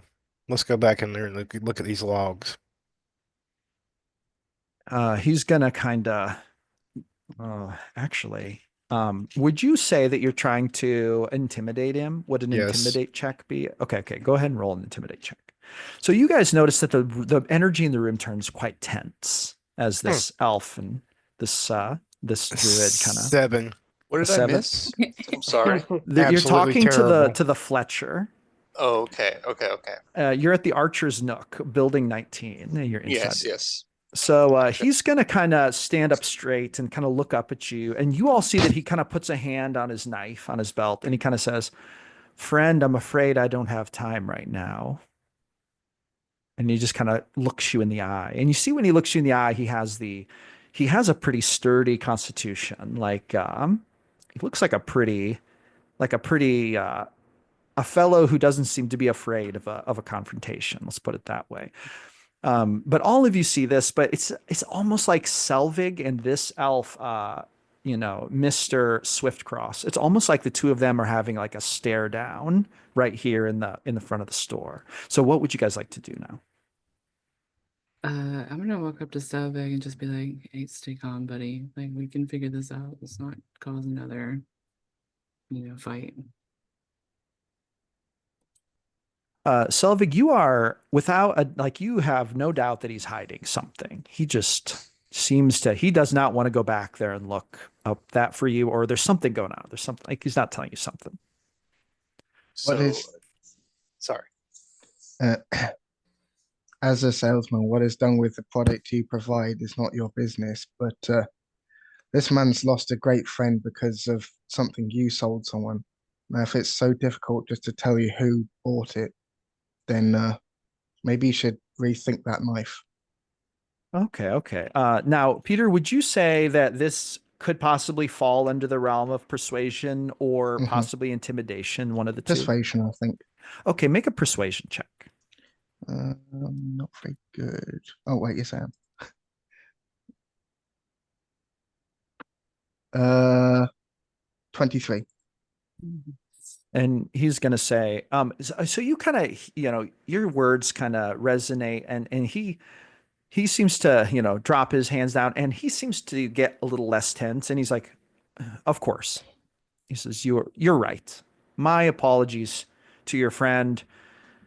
He says, I'm afraid that I was getting needlessly defensive. He says, let me go back there and see if I can find that log. It might be at the top of the bundle. And then he would look at you, Selvig, and you kind of give like a bow, sort of like a bow of apology. And then he would say, please give me one moment. And then he would turn around and kind of go back in the back. And you hear him kind of shuffling through some things. Is there an exit? Do I know if there's an exit from that room? Yeah, there is. That would go out the back to the archers, like the range, the archery range. Does one of y'all want to go watch the back for me just in case? I'll go Anlin was watch already that. gonna be on it. Yeah. Samuel would lean up to you, Selvig, and he'd be like, I believe this dirtbag is lying to us. No shit. No, he Samuel. is. He says, I'm sure that I could compel him to speak truer words. Perhaps compelling may not be needed. The only thing you'll compel at the moment, Sam, is some vomit out of your mouth. He's going to say, hey, excuse me. I'm nowhere near drunk enough for that. I'll have you know. Sammy, are you telling us you have a spell for that? He says, I have spells I could use for that. He says, do I have a spell particularly for that? He says, I have spells that could make it very unpleasant to continue to lie to me. Let's just put it that way. Before Delante like walks out to the back, and he's just gonna kind of put his shoulder his hand on Samuel, and just be like, whoa, let's hold our horses here. Things seem to be under control. You know, we saw what you could do in that bar fight, and we wouldn't want anyone to get your full wrath, buddy. And walks to the back. He Stroke says, that ego, baby. Stroke that Anlin- ego.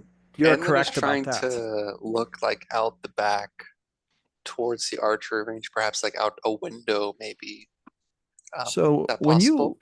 there is a window that would look back there. Yeah. When you look back out there, you don't see anyone out there. And you guys continue to hear the elf kind of shuffle through papers in the back room. So he comes back out about, maybe 2 minutes later. And he would say, I do have a name for you. He says, and then he would kind of think for a minute, as if contemplating whether or not he wanted to share the name. And then he would say, Norin. He says, Norin Quelby.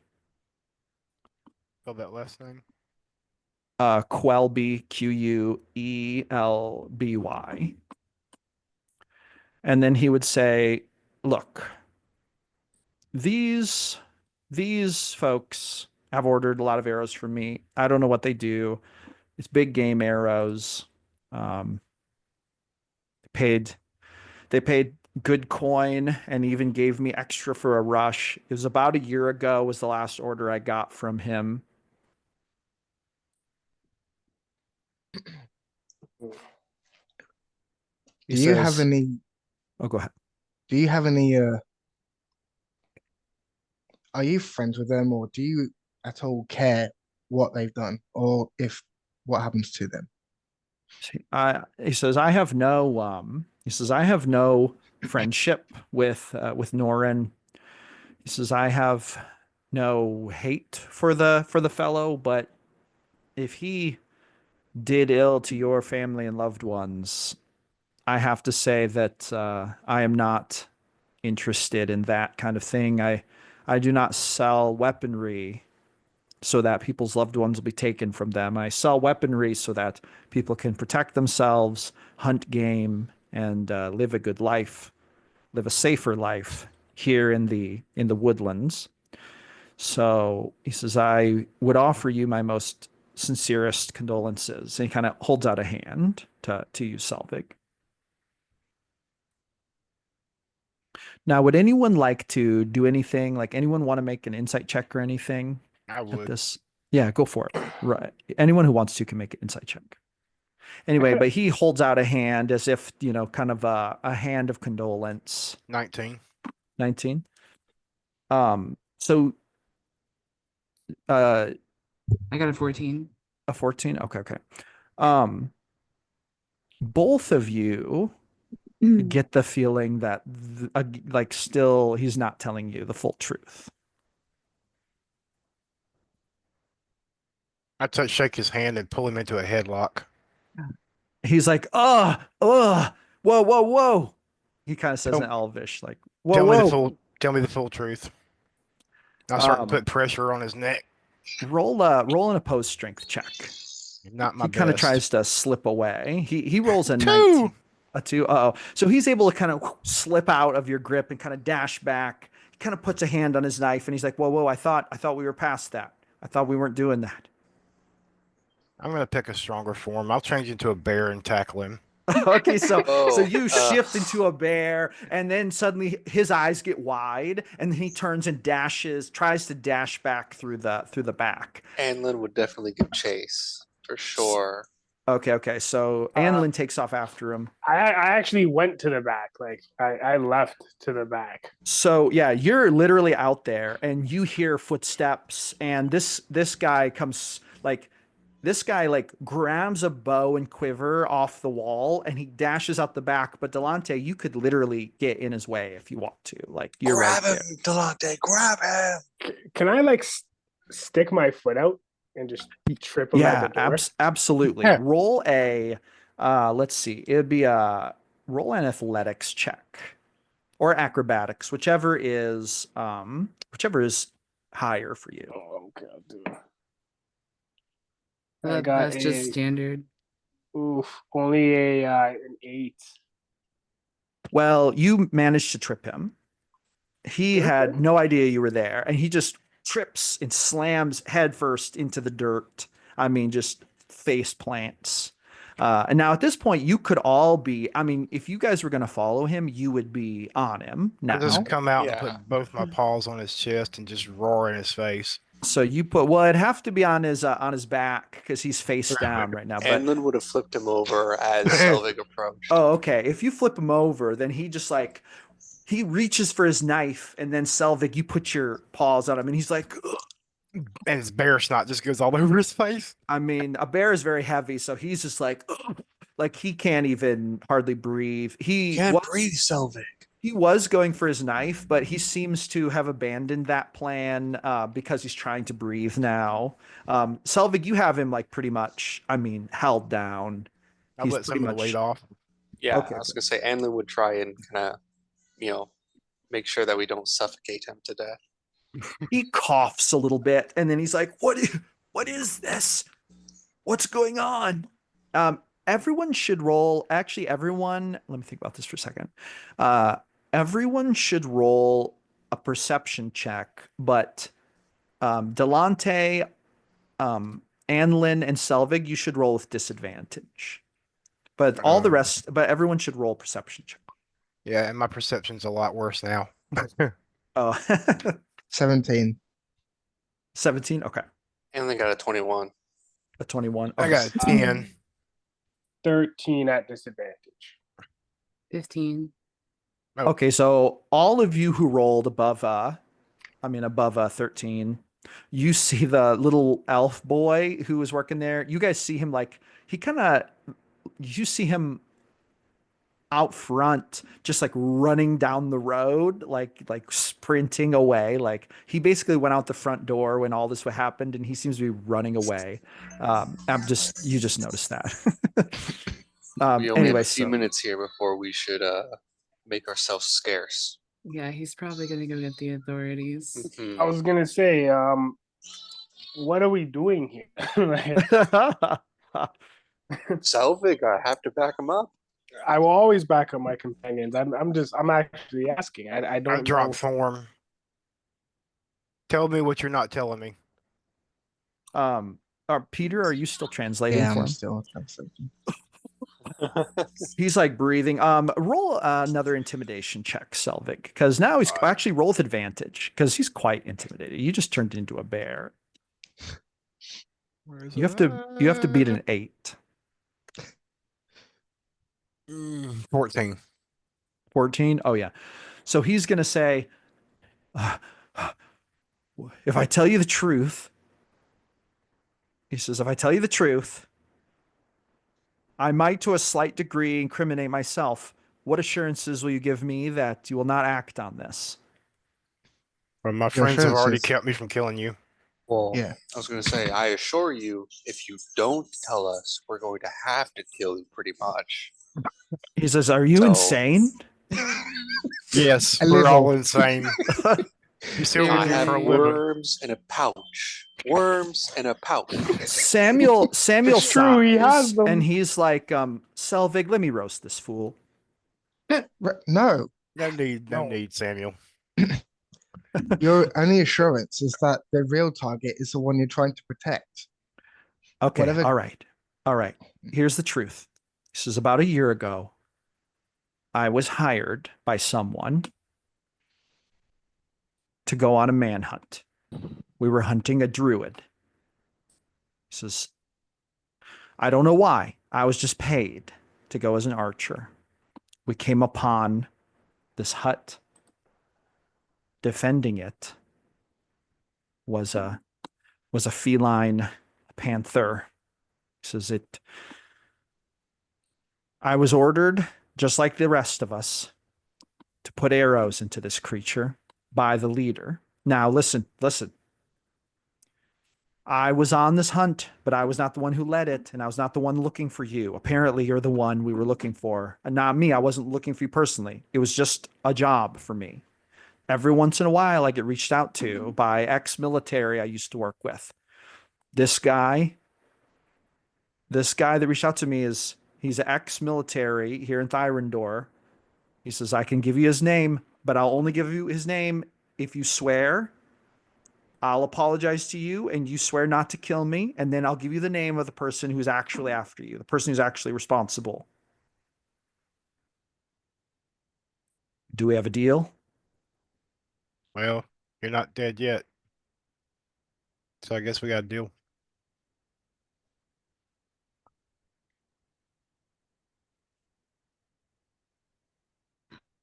I'm consulting my notes real quick.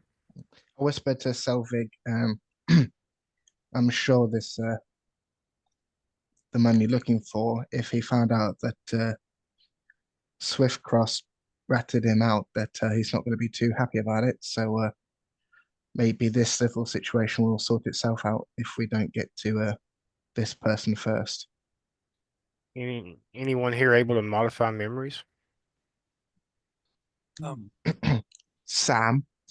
Anlin is gonna walk up to Shiori, and he kind of like whenever a kid who knows they've done something wrong, he's just gonna kind of like, his head down, kind of looking up at her and be like, Shiori, I know this is not how you wanted this situation to turn out, but I assure you, me and Delante, we talked about it, and we're going to work on it. I promise. You're doing a really great job. Well, I did not start this, but once things get going, my blood runs hot. The world tree gets in my veins. Well, I can't stop it at that point, Shiori. I'm sorry, but we're not trying to hurt anyone. I assure you. Well, I can't. I'm not trying to hurt anyone. I don't know about the bear over there. I'm only trying to hurt those responsible. I'm gonna. Samuel's going to say, I'm afraid I cannot alter his memories. He says, I could detect his thoughts if this would be helpful. I think I've got everything out of my need. Couldn't hurt though. Are you gonna, so basically he asked you if you would make this deal with him that you would let him go and he'll give you the name of the person, basically. Does this, Selvig, would you seem to indicate that you'll make this deal with him? One question. Where is this person located? He says, I have no idea. All I They're not- know, They're not here in town though, right? he says, no. They send for me via courier when they have a job that they may need help with in this area. I will say he's a rather dangerous person. He says, So am I. He Um, says, "You apparently have powerful people putting targets on your back." yeah, I'll Yes, make the deal, but we'll be watching you. Don't try to contact him. Don't let him know we're coming for him. and He it's would say, um, "It's a drow. His name is Velkin Mortis." He says he used to be with the Thyrendor army. This is about 20 years ago. He retired. Now he's a private contractor, big contract, private contractor. Let's just say you do not want to meet this guy alone in the dark. And it's best you don't tell the authorities about this little scuffle here.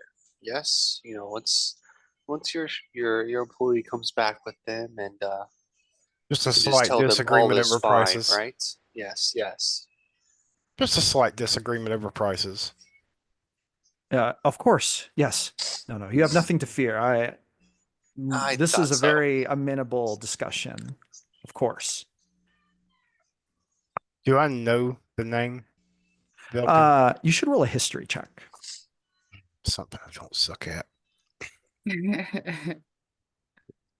Uh, 10. You have heard this name before. This is not the first time this name has come up. Um, and you would need like some refreshers. You have some contacts who would maybe know more. You know that you are not like the first druid to be targeted by this person. This is a name that has come up for people who specifically seem to be hunting druids for some reason in like the central Thyrendor area, like in the Dark Mog Forest. Um, Apparently someone who has ties to someone or is hired by someone who doesn't like druids meddling in industrial business, basically. But yeah, no, so you have heard this name before, and it's not a good name. This is not a good guy, at least for your kind. Like, not a friend of the wilderness, not a friend to nature, just a real, like, real mean, old, deadly drow who gets paid large sums of money to take out nature's protectors when they become inconvenient for the industrialists.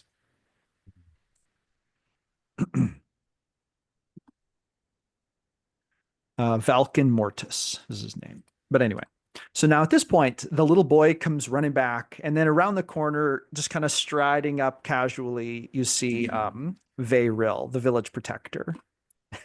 And he's like, "I keep running into you, lot." greetings. Not by choice.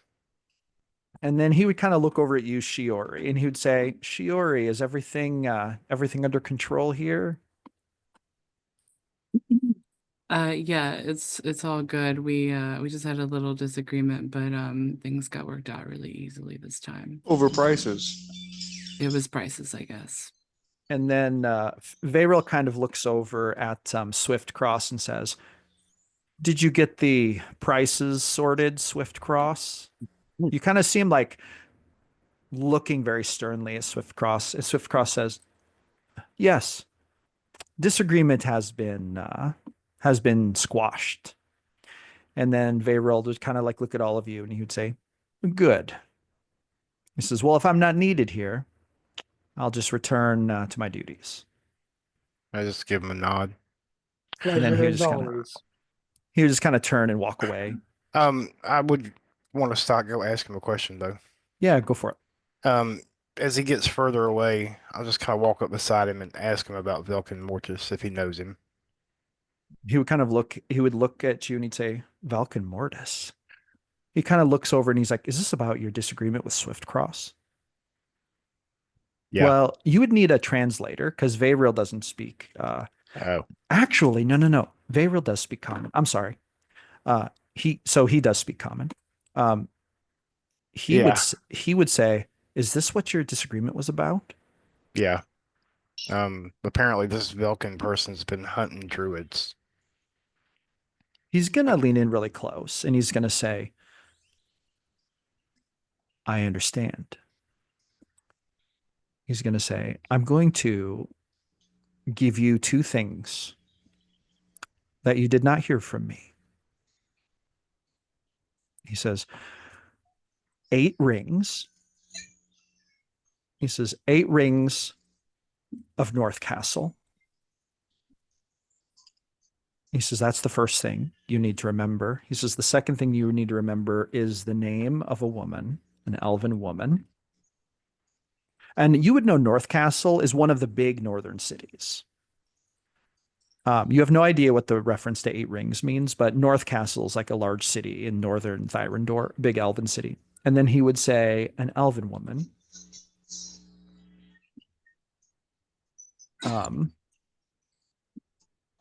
Sorry, I'm checking my notes real quick. He would say, Swin Florence. He would say, I have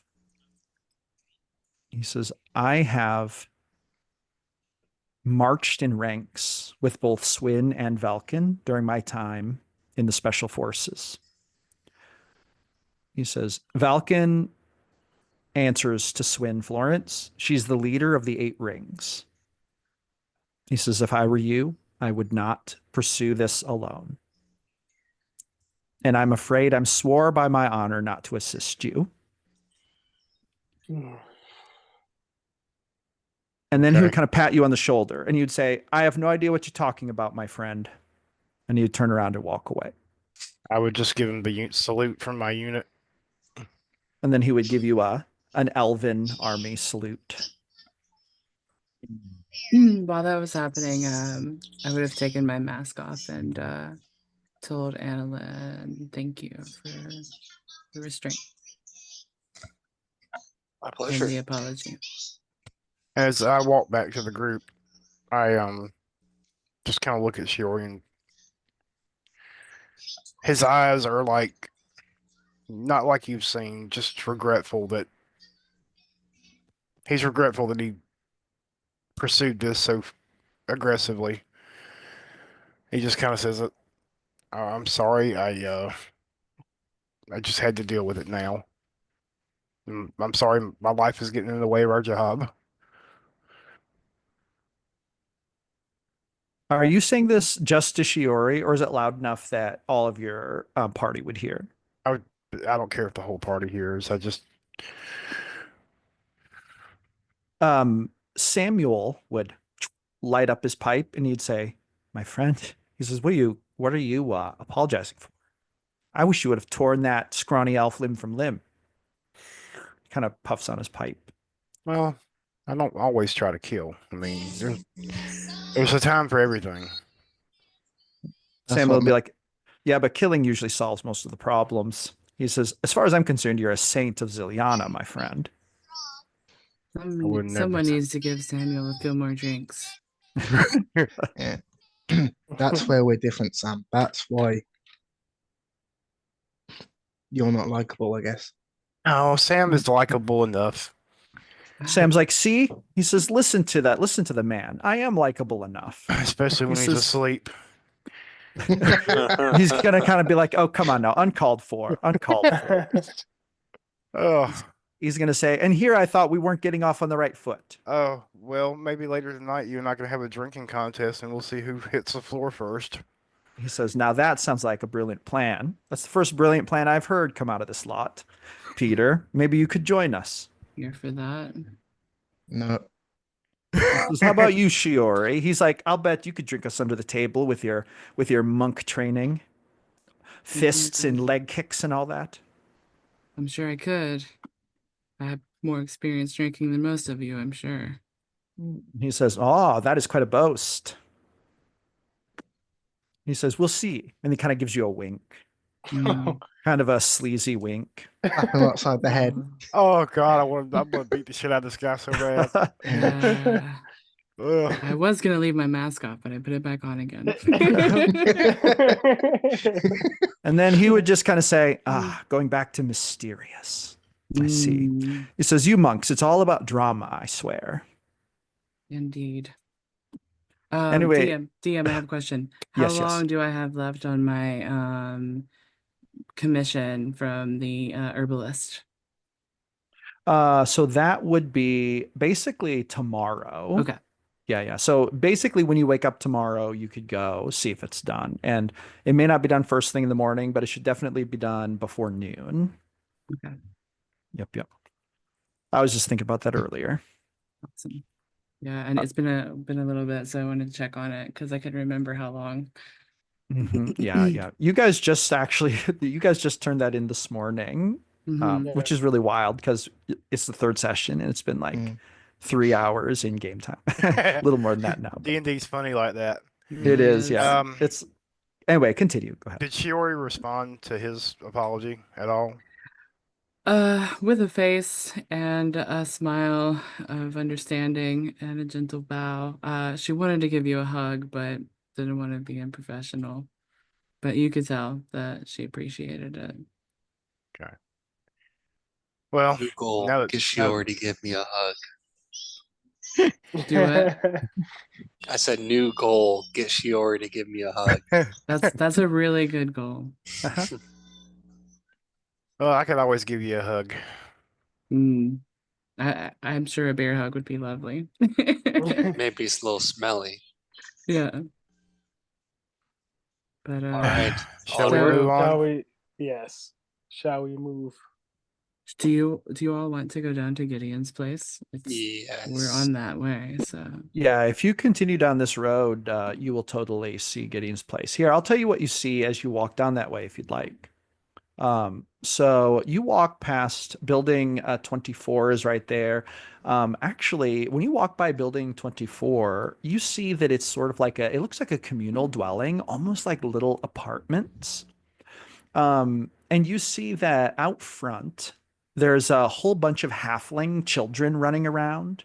And then you see that there are some halfling women kind of like hanging up clothes on these clotheslines. And it just looks like a little community. And then they kind of wave at you guys. Um, and then the kids kind of like look at all of you and wave. And some of the kids, when they see Selvig, they're like, oh, they like run away because he's so tall. He And just then gives him a little smile. some of them point at Shiori and they make like a face, like they point at their face like to as if to like point at your mask. They're just like little halfling kids running around.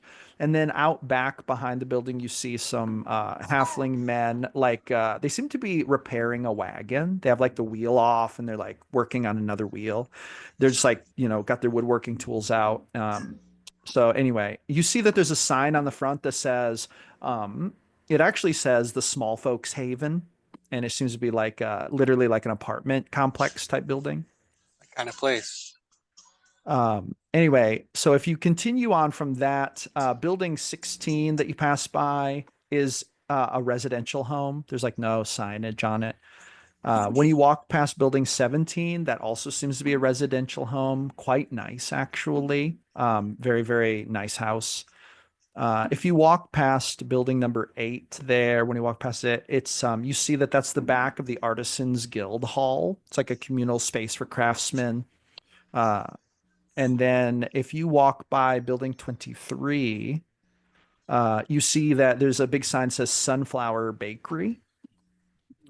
Is that right? Yeah, Sunflower Bakery. And then Does it smell nice outside as we walk by? oh yes, it smells very nice. Ooh, Um, we'll have to come back here, guys. Yes. Absolutely. I could go for a scone. Scone and tea. If you went inside, you could totally get a scone. But it depends on if you want to do it now or if you want to continue down to 11. Later. Yeah, Later. later. Let's continue on. So Yeah, you we'd just hate walk for after Selvig have to use one of his other wild shape uses. yes. So if you walk just a bit further, you see that building number 10 is the enchanted quill bookshop. That is where Serafina works. You see that building number 9 is the Silver Buckle Tailor Shop. This is a small little shop. Building number 2 is the Ashburrow Sawmill. You see that they're working on lumber out there. And then building number 11, finally you get to it, is Gideon O'Neill's residence. What does this And, look? Oh, sorry. Yeah, no, I give you a description if you are ready for me to give it to you. Well, so I was not necessarily going to ask a description of the building itself, but what is the like exterior, because he's very rich, very Yes. old, and he doesn't, I'm imagining the recluse billionaire type of archetype here. So like, are there, people outside the building, or perhaps like, could we see any like obvious thing, just something that seems to be out of the ordinary than the rest of the town that perhaps that he has up like security wise or anything like that? So first of all, like the house itself does look like it's actually a 3-story building. And the way it looks, the top of it being wood on the map, you'll see there's a little back part that's like open. You see that there's actually an observatory on the 3rd story, like an open roofed observatory. And the house itself is very, very nice. With that being said, there is a wrought iron gate around it with a big like fence, like a gated opening at the front. It is closed and there's a big lock. And you do not see anyone around. There are no posted guards or anything like that. In fact, the yard looks a little bit overgrown, like it's not kept up quite as much these days, perhaps Gotcha. as the usual. But Mm. you also, everyone should roll a perception check. Also, how tall is the fence? Does it go all the way around the house, or is it just the front yard? It does go all the way around the house, and the fence is 8 foot tall. Natural 20 for 27. Yeah, Nice. and then got a 13. Perception, you said? Yeah, perception. So Sure. Selvig definitely sees something. Yeah, 13 as well. 13. Okay. Mm, I think 17. Selvig 17. Okay, Shiori, you noticed this as well. You guys notice as you're looking at the fence, look at the house, you notice that the fence has a slight shimmer to it. The raw iron fence. Like there's a little magical shimmer to it. I was actually going to ask if there was magical defenses on the fence, actually. It does look like there is something. Yeah. Can I take a little clump of dirt and throw it at it? Yeah, for sure. So if you pick up a little clump of dirt and you throw it at it. What does it feel like underneath your nails, Shiori? That's really So good. when you throw a clump, so the clump of dirt, I'm assuming, is like a handful. Yeah, just a little bit. Just Yeah, you throw it and nothing happens. okay. And then There's as Shiori does that, Anlin's gonna also pick one of like, no, Shiori, it's like this, and he shows her, quote unquote, proper throwing form. Nice. So you get thrown at the fence. I do a little clap. Once again, the dirt kind of hits the wrought iron fence. There's seemingly no effect from the dirt hitting the fence. Can I go and see if it's like an arcane warn on the fence? Like, Yeah, it's probably just a word. Yeah. Yeah, you can go ahead and roll an Arcana check. Unless you have a spell that would help you or anything like that. I don't have a spell, but I got only a 10. So as you're looking at it, you do realize it's warded. Like there's actually the front gate is warded, but then the whole fence has like a different type of aura to it. So there's at least 2 different magical effects going on. There's one specific to the gate, and then there's one for like the whole fence, including the gate. But you do see a ward on the gate, specifically on the lock. Now, with this being said, Samuel kind of says, he says, I could identify something for us. He says, if this would be helpful to you. Do it. It would. I can't do it today, but I could do it tomorrow. Let's say, you know what? Go for it, Samuel. Let's see what you can do. He says, would you prefer me to focus it on the shimmering of the fence or the ward on the gate, the lock? The gate. Yeah, let's see the gate. He's going to say, very well. So he's going to kind of like, let me sum up real quick. I just whisper in Peter's ear, so your brother is actually useful. Oh yeah, sometimes. Everyone's got their own use, right? He's got to have something. Meanwhile, I was just staring at the clouds because I got a 4. Even the lowliest of ants have a niche in their ecosystem. So as with Samuel. Are you guys saying this loud enough for him to hear? Oh, or are you whispering? 100%. He's gonna kind of be like, haha. He's gonna like fake chuckle. He's gonna be like, you're all hilarious. You should become clowns for a profession. It's only because we love you, Samuel. He says, of course, of course. And He's actually gonna pull out of his satchel a little pearl, like a very fancy looking pearl. And then he's gonna kind of collapse it into his hands, and he's gonna and whisper some magic words and then sprinkle the dust about, and it's gonna kind of swirl around the gate. And then he's going to touch the lock very, very gently. And then he's going to say, it is a magical alarm. He says, if you fiddle with it, he says, an audible alarm will literally ring out. He says, and it will also alert someone inside, send a message to their mind. Oh, as soon as he says that, Anlin is gonna walk up to the gate, and you say, "Is it like an iron rock gate, like bars where I can see through?" Yes, yes. So I'm gonna grab it and jiggle it real aggressive, like, be like, Gideon! So when you do this, you suddenly hear what sounds like a bell ringing, like ding ling ling ling ling, like it's just ringing out. And then you see that there's this like blue, there's like these blue flare-ups that happen on the gate itself. And they don't seem to do anything to you per se. You just kind of see this like blue shimmering up and down the gate, like and the fence, and that you see this magical rippling, Can and I the try- alarm is just sounding, and other than that, you don't really detect any other. Can I try putting my hand through it? Gonna, Yeah, if you put your hand through it, there's really no difference. Just the alarm continues to sound, and This is there, just yeah. I'm gonna turn around and be like, I put our names on the list, guys. list. What list? The invitation list. Oh. Some people who are kind of just The walking up down the reservation street are list. like There looking was a over at you list? guys. There is now. We now have a meeting. Oh, okay. Anlin's gonna be like, dang it, I thought it was a witty quip. Samuel Right. is going to say, that is an obnoxious sound. I hate the alarm spell. He says, it's very 20 years ago, if you ask me. Yeah, this is clearly just supposed to protect him from the ghosts and shit, right? Yeah, So- it seems like it.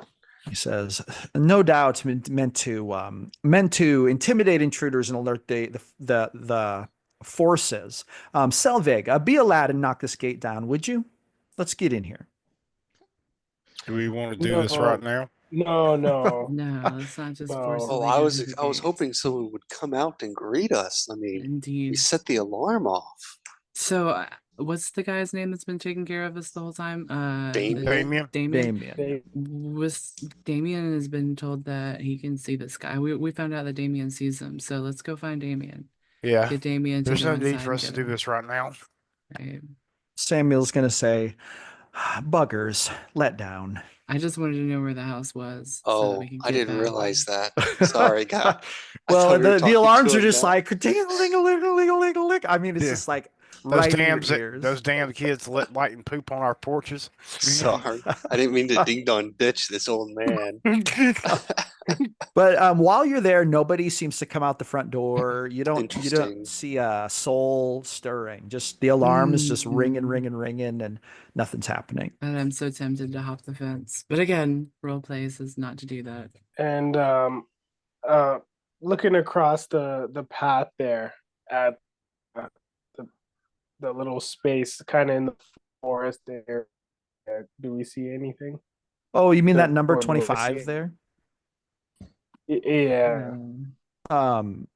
So that you kind of look over there and you do see that there's like some trees, but then there's like a stone archway that seems to lead into some kind of park or clearing. And then you see that there's a sign, like in Elven, very old sign in the stone arch. This is ceremony grounds. Hmm. I think we should. Was that where she was killed, perhaps? He was killed in front of the church. Oh, you're right. You're right. But it Now could be where. the Bodies are ceremony very- grounds, the ceremony grounds are actually where I think this is what she told you. The ceremony grounds are where you were supposed to meet Elrise for the meeting Oh. tomorrow morning. Oh, Hey, we know Uh, where that's at now. Yep, yep. Yeah. Yeah, I think she mentioned the ceremony grounds on the south side of town. That's right. I thought Yeah, I she said. forgot that. I thought she said cemetery. I thought she had said that as Oh. well. Oh, well, yeah. No, this is definitely you found the place. So, yep. I I guess don't we want should. that book. So Delonte just randomly says it out loud after exploring with you guys. It But says what? book? Yeah, there's that book, the Archmage book. Oh, yes. I still think the Selvage Sneak would be the best solution to take a Mm. peek. Well, I mean, it's classified, passed down between high priests and high priests. I don't think we're gonna get to look at it by asking. I mean, if Yeah, I agree. I'm not opposed to taking it by force. I don't see, that's the thing. I don't think we need to take it. I think there's a way that we can do this where we can get in, get the information that we need, and then get out with the books. We can leave the book because we don't need the book. We just need the information in the book. Mhm. So, there we could potentially do this without them even knowing that we did this. Um, while you guys are talking about this, are you still standing in front of Gideon's gate and talking about this? I think we would have moved off. I would have Better been. I finding kind of would have walked Damien. towards the ceremony grounds, giving it a look. Like I would Okay, have. okay. I would have been walking in that I direction. was going to say, if you continue to stand in front of the gate, the ringing would have been very loud in your ears. But as you walk away, it gets a little quieter. Is there like a It's just certain still distance going. we get Oh where yeah, it, it's like still stops just at- ringing. It's kind of like, I mean, do you ever like you near a school when they they're the like recess? yeah, like the big recess horn or whatever, like Ugh. it's like The it sounds like worst. that, it's Oh. the volume is kind of like that, obviously, but it sounds like a bell ringing constantly. Gotcha. But anyway, so if you guys go over by the ceremony grounds, you just kind of see it's a big clearing, and then in the center of the clearing, there's like a circle of stones, and it seems to be a nice place, very well kept. Seems to be a community ceremony grounds. The archway over it is very old.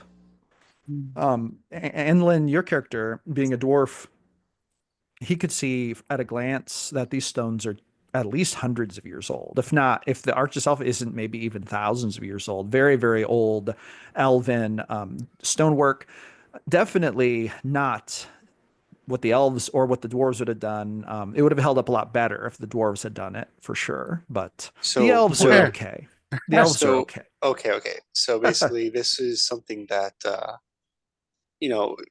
Gideon is probably that old as well, correct?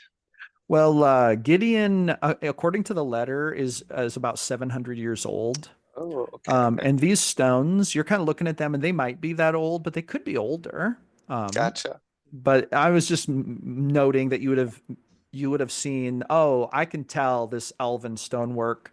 This arch would have held up better had dwarves built it, but it's doing Yes, okay. yes. Like for being just elves who built it. Yes, those angles definitely would not have shifted with the Earth as time went on if it were made by dwarves. But we all can't have as skilled hands. Yes, yes. Anyway, so you guys can continue though. What would you like to do? Would you mind if we or if you thought it'd be worth having a look around the lumber mill and maybe ask someone if they've seen any more of those shadow claw markings on trees? Maybe if we can work out a boundary for them. It's a good idea. Yeah, the sawmill's might- right across the road. Yeah, let's do it. Yeah, we can do that Yeah. on our way to find Damien. I guess we'll head out and Okay, so if you guys cross the street over to the sawmill, basically you see that there are a lot of elves out there working, and actually you see two of the people who were in that little spat with you earlier are pretty visibly working out in the sawmill grounds, but they don't see you. They're out there like cutting and sawing, but you see Magnus and Thea both at work, although they're not wearing their garb. If you remember, Magnus was the one with the red ponytail, and Thea was the one with the hammer. They were two of the elves. Um, Yeah, that was who were, oh spying no, on no, us. no, I'm sorry, I take that back. They weren't in the spat with you. They're spying on us. Yeah. The lumberjacks. No, it's Okay. not Magnus and Thea who you see. You see two of the lumberjacks working in the sawmill. Sorry. I was getting Magnus and Thea mixed up with two of the lumberjacks. Because yeah, Magnus Um, and Thea are with they're with Elreese. Elise. yes, Yes, yes. Elreese. Dang it, Elreese. I always want to call her something else for some reason. Ellery. Or I always want to say Eloise. But you can walk into the building if you want. Are you gonna walk into the building? Yeah. Uh, Anlin is actually going to walk up to the two lumberjacks, and I'm just gonna kind of like hopefully they're not too far apart. But I'm just gonna go up, put my hands on their back, and kind of like look at them and be like, "No hard feelings, and we can. I think we can keep this interaction civil. Yes." Oh, so they look up at you and they like kind of freeze for a minute and they like look at each other. And then here, let me describe what they look like to you real quick. Gotta find my notes here. So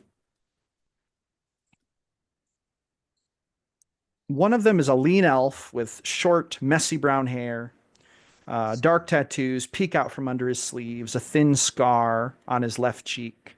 And you recognize him as one of the ones who was using a bow during the fight. And then you see there's a girl, sturdy female with auburn hair braided tightly down her back, steely blue eyes with a no nonsense demeanor. You recognize her as the one who had the war hammer during the fight. But they both look at you and they kind of look at each other. And then the girl says to you, no hard feelings. We were following Colt, and I'll be honest, I still wish you weren't here, but fair is fair. She's like, we tried to kick you out. You were too strong for us. You get to do what you're going to do, and she says, we're going to have to live with whatever consequences come as a result. Great answer. And Anlin is gonna like pat them on the back, but like very aggressively, They and just then like walk away. as you're walking away, that girl kind of follows you a couple steps and kind of, grabs you by the arm, like not forcefully, but just like trying to get your attention. And I'll stop. she would say, hey, listen, Colt isn't doing so well. He's really, I don't know. She says, I hit him a lot with my weapon. I'd expect so. she says, not only is his heart broken, but now his pride is destroyed. She says, I was thinking that maybe if you said something along those lines to him, it might be very meaningful. She kind of looks back at the other guy and he kind of shrugs as if he shares her concern. And she says, we're all worried about him, like really worried about him. He hasn't looked this bad in a long time. Are we Wait. we're all nearby that? It's just yeah. pride If that's hurt. she says, well, it's not just his pride. She says, it's his loss. He lost his daughter 3 years ago during one of the hauntings. She was volunteering at the church. Yes. And he blames the church. I see. He blames whatever the entity is, but he believes that the reason why it's as bad as it is because the church keeps doing things to try to end it. He thinks we're shaking a hornet's nest. And I tend to agree with him. She says, I lost a grandmother to these hauntings decades ago. She says, all of us have lost people. All of those of us who were with Colt earlier have lost people because of these hauntings. And we all blame the church. We've come to realize that if the church would perhaps just leave it alone, whatever it is could be at rest. But the church keeps doing things. They keep trying to cast it out. She says, to be honest, maybe they should stop. Maybe they should close the church. Maybe they should build another church somewhere else. She says, they're antagonizing it, and you being here will only make things worse. I'm not saying that now as a threat. She says, we've already dealt with that. She says, I hate to say it, but there's nothing more that we can do to stop you. We literally tried to intimidate you and forcibly remove you from the village and didn't work. Tell Now them I'm just, all. she says, now I'm just telling you because just an elf talking to a dwarf. She says, I think things are going to get a lot worse before they get better. I think you're going to make things the worst they've ever been because it's never escalated to this level. Is someone And translating this for me? oh, I'm go ahead. sorry. Yeah. They're speaking Elvish. She would also say, and Colt knows this more than anyone else, but his wounds are so fresh and so deep. Plus, no one should have to bury their child. I'm translating Yes. for you. And I agree. believe Ah. me, I am the first to also understand, familiar tragedy. I myself have lost a family member due to violence, and I never wish that upon anyone, but we come from the earth and we all must return to it, and we cannot let these spirits control our everyday lives, keep us in fear. Just, we must conquer this thing. Once we expel it from these lands, you won't have to worry about it anymore, and you'll be able to properly mourn the ones you've lost. We aren't trying to antagonize things, and yes, we may be kicking a hornet's nest, but there are only a few ways to remove one, and all of them involve antagonizing the nest itself.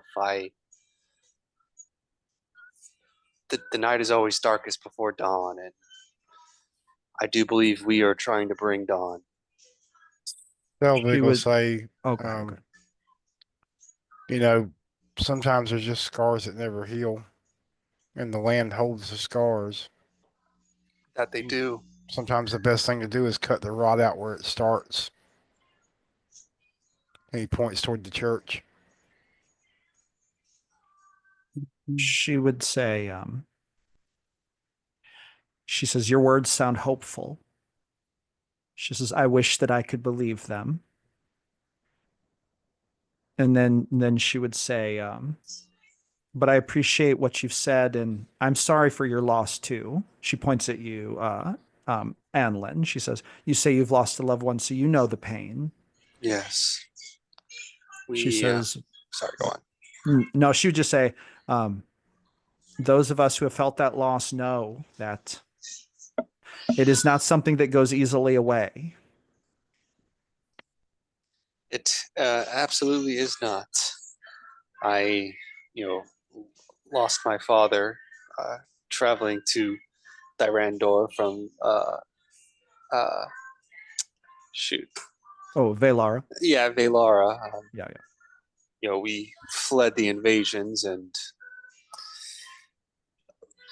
I'm not going to get into it, but and you all would definitely see like a side of Anlin that you all haven't seen before. He his face is very solemn, and like the rosiness from his cheeks even seems to have drained a little bit as he's just kind of retelling the short story.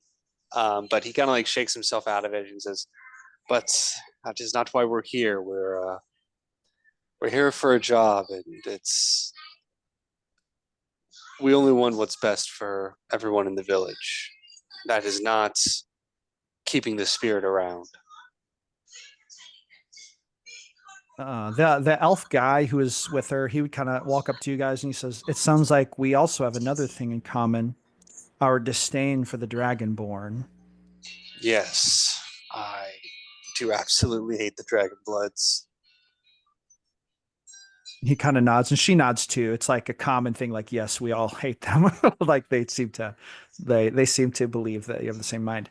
And then she would point at you, Delante, the girl, and she would say, you. She says, you're the one who turned into a wolf. Correct. She said, I will admit, when that happened, there was something in my heart that knew the fight was over. So Uh, take a deep breath and kind of. I think Delante's a little bit more serious than he tends to be. Just kind of hearing the story from Anlin and kind of reflecting on his own past, and you know, realizing the fight that we had in the inn was coming from a place of desperation as opposed to hostility. I think he he just extends a hand and says, "It's it's something I've worked a long time to control, and it's still not something that's it's something that's a part of me, but it's not necessarily something that I'm proud of. Um, I'm sorry it came to that, and we are just here to help." The elven woman, she looks at you and kind of gets a serious look on her face, and she's like, "Can I ask you perhaps a personal question?" Delante just kind of staring intently, and I give the nod. She says, "And I guess it's for not just you, but for everyone." She says, "You didn't kill any of us. Why not?" That's not why we're darling. there was no need. Mm. It's easier to scare the hell out of you than kill you. She would look over at the other elf guy, and he would kind of look at her, and she would say, "Well, then you're different." At the end of the day, me and my companions here are men and women of our word, and when we say here to help, it doesn't mean the church; it means the people. She's going to say, she's going to kind of spit on the ground when you mention the church. And she's going to say, "Ask the church if they've stayed their hand when the time came to remove people who were a problem for them." Oh, I'm sure we intend to at some point as well. She says, "Good." She says, "Maybe we are not so unaligned as Colt thought." And you said it's a lumber yard. They're chopping wood. Yeah, so this is like a sawmill. So basically logs get brought here and then like big saws are used to like cut it into like timber. And these two are actually splitting big logs like with axes and wedges. There's like splitting. That seems to be what they're doing here. Cool. I'll walk over to Anlin and just kind of put my hand on his shoulder to get his attention. What's up, Silver? As I look up at my friend. Take heart. We killed many dragon bloods in my day. They die just as easy as any other man does. I know my friend, but Samuel's gonna say, "Now that is a story I would like to hear. Perhaps during our drinking contest tonight." I've never. I forgot you were here.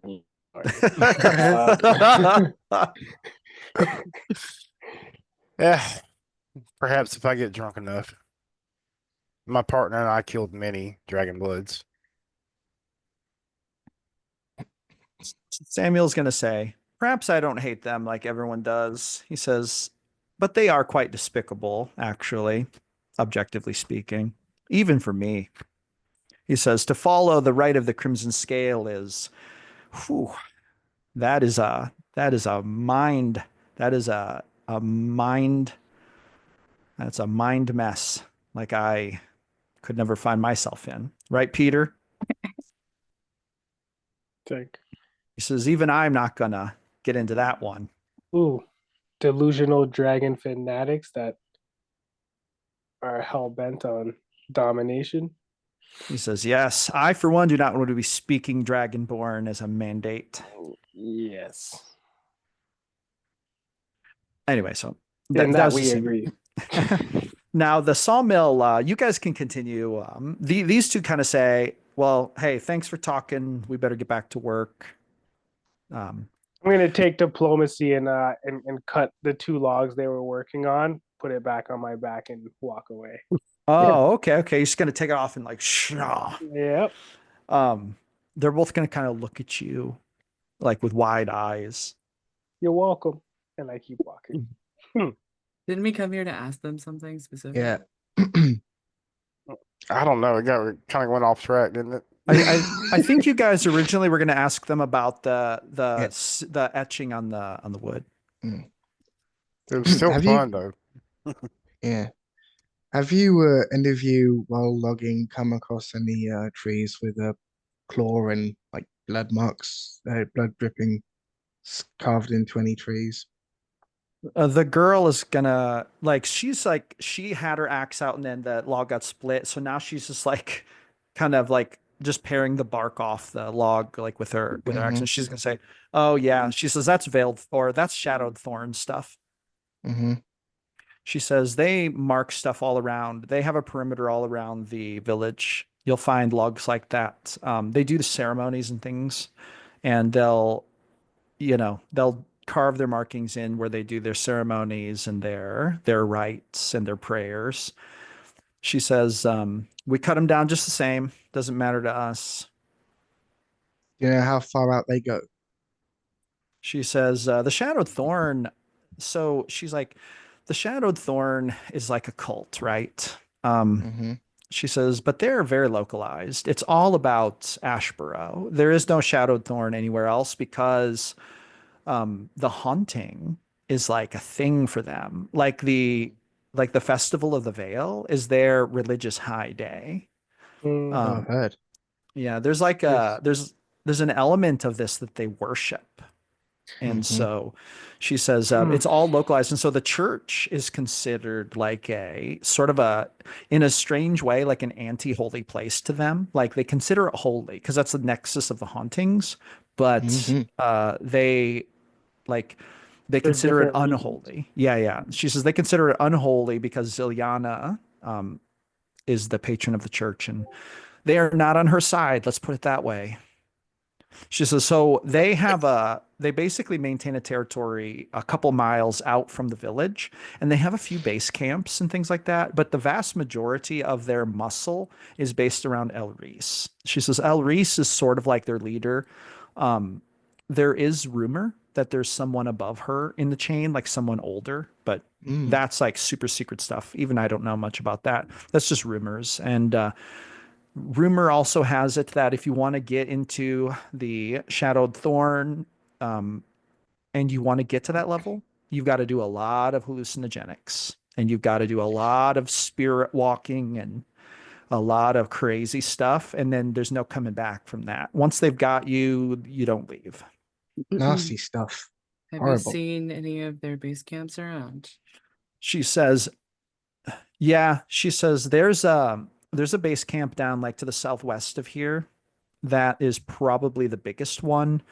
And that's where most of their operations come out of. But most of their base camps are mobile and they travel around a bit. They're sort of like what they'll do is for like a month, they'll pitch their tents in an area and they'll just kind of stay there. And I think that what they're doing is they're hunting mushrooms in that area. Like they hunt for specific mushrooms to make their potions. And then they'll just kind of go in a wide circle around the village. I've heard that that also corresponds with their calendar. They have like a special calendar that focuses on the Festival of the Veil, but I'm not actually sure if that's true. Why do you know so much about them? Oh, everybody does. They've been a fixture here for 400 years. Okay. Oh wow. Yeah. Ever since the haunting started, the Shadowed Veil has been around. If you take enough DMT, I'm sure you'll believe a lot of things. Yeah. She kind of rolls her eyes. She's like, yeah. She's like, they take some gnarly stuff. Let's put it that way. I mean, I'll mess around, but she says, I don't want to lose my mind, you know.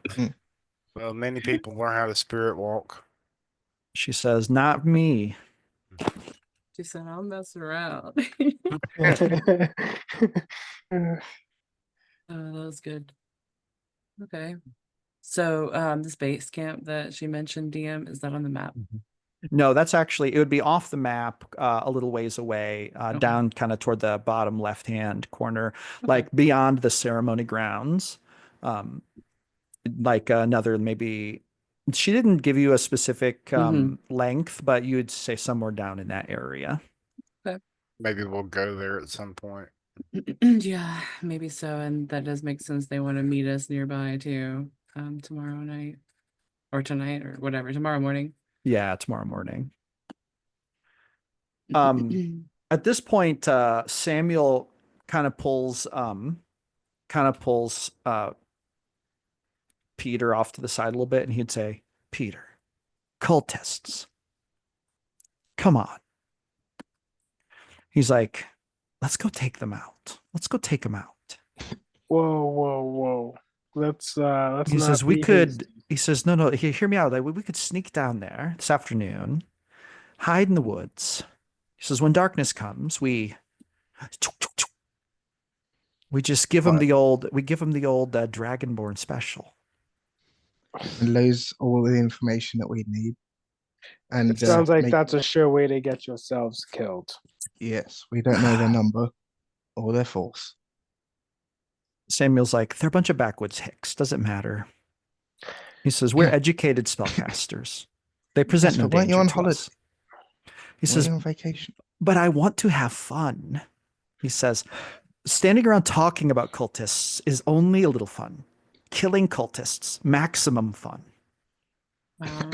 Have you ever been on an adventure? My whole life is an adventure. One man's adventure is another man's tourist trip. Says the one who's afraid of a classroom, afraid to crack open a textbook. Peter, there's a lot you could stand to learn about the world if you would go through the channels. Oh, I forgot. You're too talented. Through experience, not reading. He's like, see, this is why you are intelligent, but I am smart. This is the difference. I'm wise and you're intelligent. That's the difference. I never learned anything in a classroom. He's gonna say it might suit you. You're quite smart, actually, as far as I can tell. He says, staying your hand against that elf was wise. We could also go back and take him out too, if you'd like. There's no need. He says, what's holiday without a little spilled blood for festivity's sake? He says, Well, y'all we may strike get me that. as just a bit drab. Dude, don't That worry. is- Things are gonna pop off, I'm sure. Yeah, He's like, I am, things will be quite interesting tonight. he's like, I linger and wait. Anyway, he's just like talking smack. He's got serious ADD. He sure does. He sure does. Relatable. Anyway, so continue, guys, with whatever you'd like to do. So we heading towards the church now to look for old dude for Damien. Damien, yeah. Last we saw him, he was At the He was at the Quarters. church, or no, he was at the quarters last time we saw him. yeah, and he had made us some tea that we left. Yeah, you went chasing after Gusty. How long has that been? It's been like 2 hours, right? Yeah, something like that. It hasn't been very long. Don't want I to go drink back my up tea there? cold. It's fine. Yeah, right. Same. Do you It's want to fine. go to do you want to stop at the church first, or do you want to go all the way to the quarters? I mean, we got to pass it, right? The church? Yeah. Mm-hmm. So if you guys go walking that way, you kind of get up to the church and you see that out front, Damien is actually trimming the hedges. He's got Oh. like hedge trimmers, and he kind of looks over at you and he waves. He puts down the Cut hedges and yourself. he walks over to you and he's like, friends. He says, how was your stay? Can I get you anything? He says, I'm sorry, I have not come and found you in a while, but I was going to get a few chores done before I reconvened with you. I did notice that Is you this seem to be Damien? very I'm busy. sorry. Yeah, this is Damien. He's like, I did notice that you seemed to be very busy earlier, and I did not want to interrupt you. He says, I also heard a little bit of a rumor that you got into a scrap, which Vayril assured me was no problem. But I was just trimming hedges. If there's anything I can do for you, please just let me know. Did you manage to get the job done A for holy us water? yet? Yeah. Whoa. Shh. Let's just Shh, let's That's not talk why about. it's Let's not her talk about. job. Shh, let's not talk about that Job. right here. Let's talk about that somewhere else right now. He kind of looks around. He like behind him, like further. She's like, let's. He's like, I'm almost done. He says, give me a couple more hours. I have to make sure the high priestess is out of the sanctuary. Has she not left yet? He says, well, she's been milling about. He says she's been going back and forth. She has not been engaging in her usual routine. Let's put it that way. Probably because you're here, you know. We'll get her out. Oh, Hmm. Can Um, you By the way, here's a picture of Damien. If I haven't showed you, I don't think we've seen him. No, that's the first yeah, time. yeah, we haven't. shabam.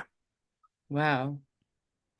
Finally a normal looking guy, not a super hottie. I don't know, he's handsome, I think.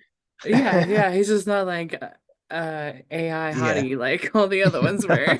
Oh, he's I still mean- kind of he's still I kind mean, of he's pretty cute. good looking. Yeah, like. He's cute in a homey way. Yeah. He's like a great value Henry Cavill. There we go. Hey, great That's value. true. Henry Cavill's better than no Henry Cavill. It's This is true. true. This is true. The Cavalier. Yes. All right, so Calverine. yeah, the cavalry. Okay, so I'm gonna ask him. So you're able to see Gideon. I heard you were the only person who gets to see him. Is this true? Oh yes, I see him every day. In fact, Every day? I'm going to be taking him dinner in a little while. Can you take us to go see him? Oh, no, that would be definitely a no. I'm sorry. That's a hard no, I'm afraid. He doesn't allow anyone but me into his quarters anymore. Is he in a wheelchair? No, he's I hate to say he's usually in bed, though there are times when he gets up and rifles about his study. But he doesn't normally use a wheelchair. Oh no, I mean he's tired but not decrepit, you know. I mean he could still walk about. He's just he's tired, you know, very Do you- tired. Yeah, okay. Do you know anyone in the village who uses a wheelchair? A wheelchair? No, actually. I don't think I know anyone who uses a wheelchair. In fact, I don't even think I've seen a wheelchair in the village. He kind of seems to be thinking about it. I can't rightly say I've ever seen a wheelchair here. So Zelyana is the deity of this church, right? Yes. Okay. I'm Our asking our the DM. dearest. Yeah. Oh yeah. No. Yes. it is So I'm the- gonna say I did a meditation and connected with Zelyana, and she told me that there was someone with a wheelchair who was an important figure that we needed to connect with here. Really? Yes. You spoke with Our Lady? I did a meditation connection with her. It's a spiritual thing. It's monkship. He just like raises his eyes. He's like, just like that? Well, it took a lot of energy and focus and, my whole life of training. He's gonna look very surprised. He's gonna say, hold on. Did she say anything else? Did she say anything about me or the high priestess? Any other news or instructions? No, just showed me a person with a wheelchair who's very That- old. That's all she showed you? That was the whole thing? And other things I'm trying to figure out, but that was the clearest picture. He's gonna say, I have to say, this surprises me very much. He says, he says, this might be a strange thing to ask. Did the person in the wheelchair, in any way, shape, or form, resemble myself, by chance? As in what I might look like after I disobey the high priestess and make this do this job for you? No. I've been praying about this and I've been trying to get an answer, but I have not yet received. Maybe if you don't. I'm just Maybe joking. if I don't. He wipes a bead of sweat. Oh, I'm just joking. This is a complicated. No. Complicated. I think this is a person who is currently existing at this age already in a wheelchair. It's not you, okay? This is very fascinating. Perhaps I could ask the high priestess about it. She may know. She's been here quite a lot longer than I have. In fact, I wouldn't mind talking to her as well. Oh, yes. Well, she's been hanging about. Right now, she's actually in the church. I could take you to her if you'd like. What do you say, guys? Yeah, let's go talk to her. Might as Yeah, well. let's Yes. get on the road. I'm very happy that he kind of walks and he's talking while he walks. He's like, I'm very happy that you're getting to know the high priestess. She really is a remarkable woman, a true woman of the cloth. She is very close with Ziliana. She really truly has a heart for Ziliana's ministry. Anyway, and you guys walk into the church and you see the familiar scene inside the church. You were here just earlier this morning fighting a demon. And so, but when you walk in, you see that up at the altar, the high priestess is actually kneeled down and facing away from you and like in prayer. And then Damien kind of walks up to her and he kind of touches her on the shoulder and whispers to her. And then she would turn around and she would come walking back towards you. And she would say, hello again. In some ways, it feels like it's been a long time, but it hasn't actually been that long. Yeah, it feels like it's been weeks. Yes, it does. I'm going to put a picture of her in the chat. Even though she is older, she's an older elf, she still looks quite young, actually. Even for an elf of her age, she looks younger than you would expect. So anyway, she's going to say, Damien said you wish to speak with me. Anything I can do. All you need is speak it. Indeed. GM, do I remember, like, what did this person look like I seen in the wheelchair? Did I see their species or their like gender or anything? So it was difficult because their face was veiled and you got very limited information, but you did see that their legs, though under like a blanket, looked very like skinny and like they were kind of, like sitting in a manner that would suggest that the legs were like maybe like crippled. Like very skinny, no muscle, and then very like bony fingers, a neck that was very sunken in, almost just like skin stretched over bones, like looked very sickly. Did not, and as far as like a gender, it's hard to even say because the condition of the person was so sickly that it was hard to really determine. It's really nearly impossible with the brief glimpse you got. Okay. And All you really, but you do know humanoid for sure. That's about, maybe elf, maybe human, probably something like an elf or a human, probably not a halfling because it looked taller than a halfling.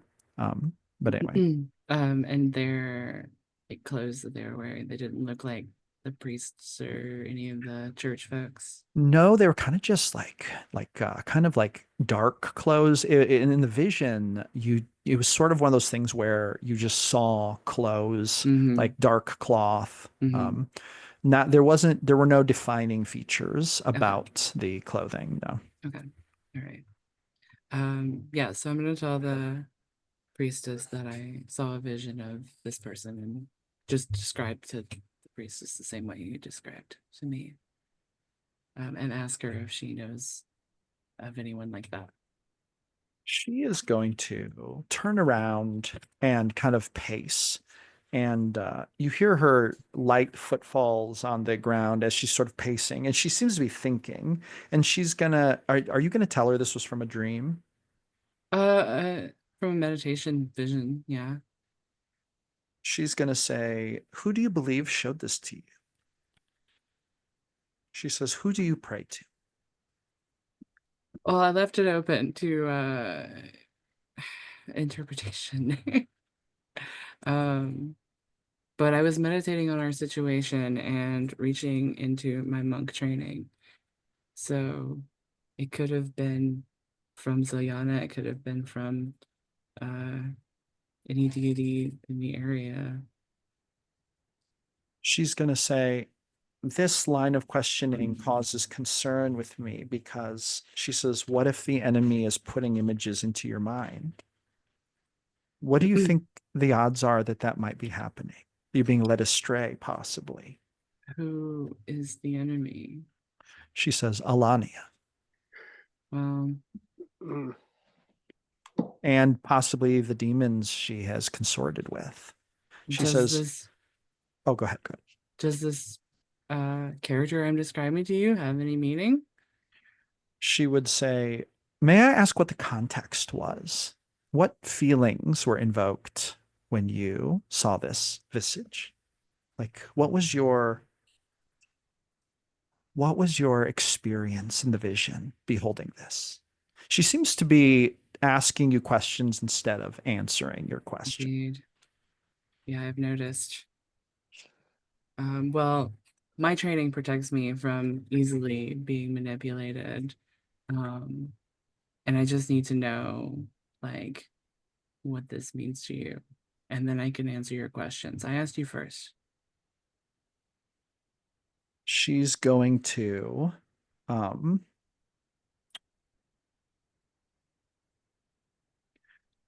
she is going to lower her eyes, and she's going to kind of like be kind of quiet and thinking, and she's going to say, "I believe that what you saw was something from the past, Mm. a past vision of somebody who at a certain time was very dangerous, but who has since, uh, let's say, passed on." Who's that? She's going to say,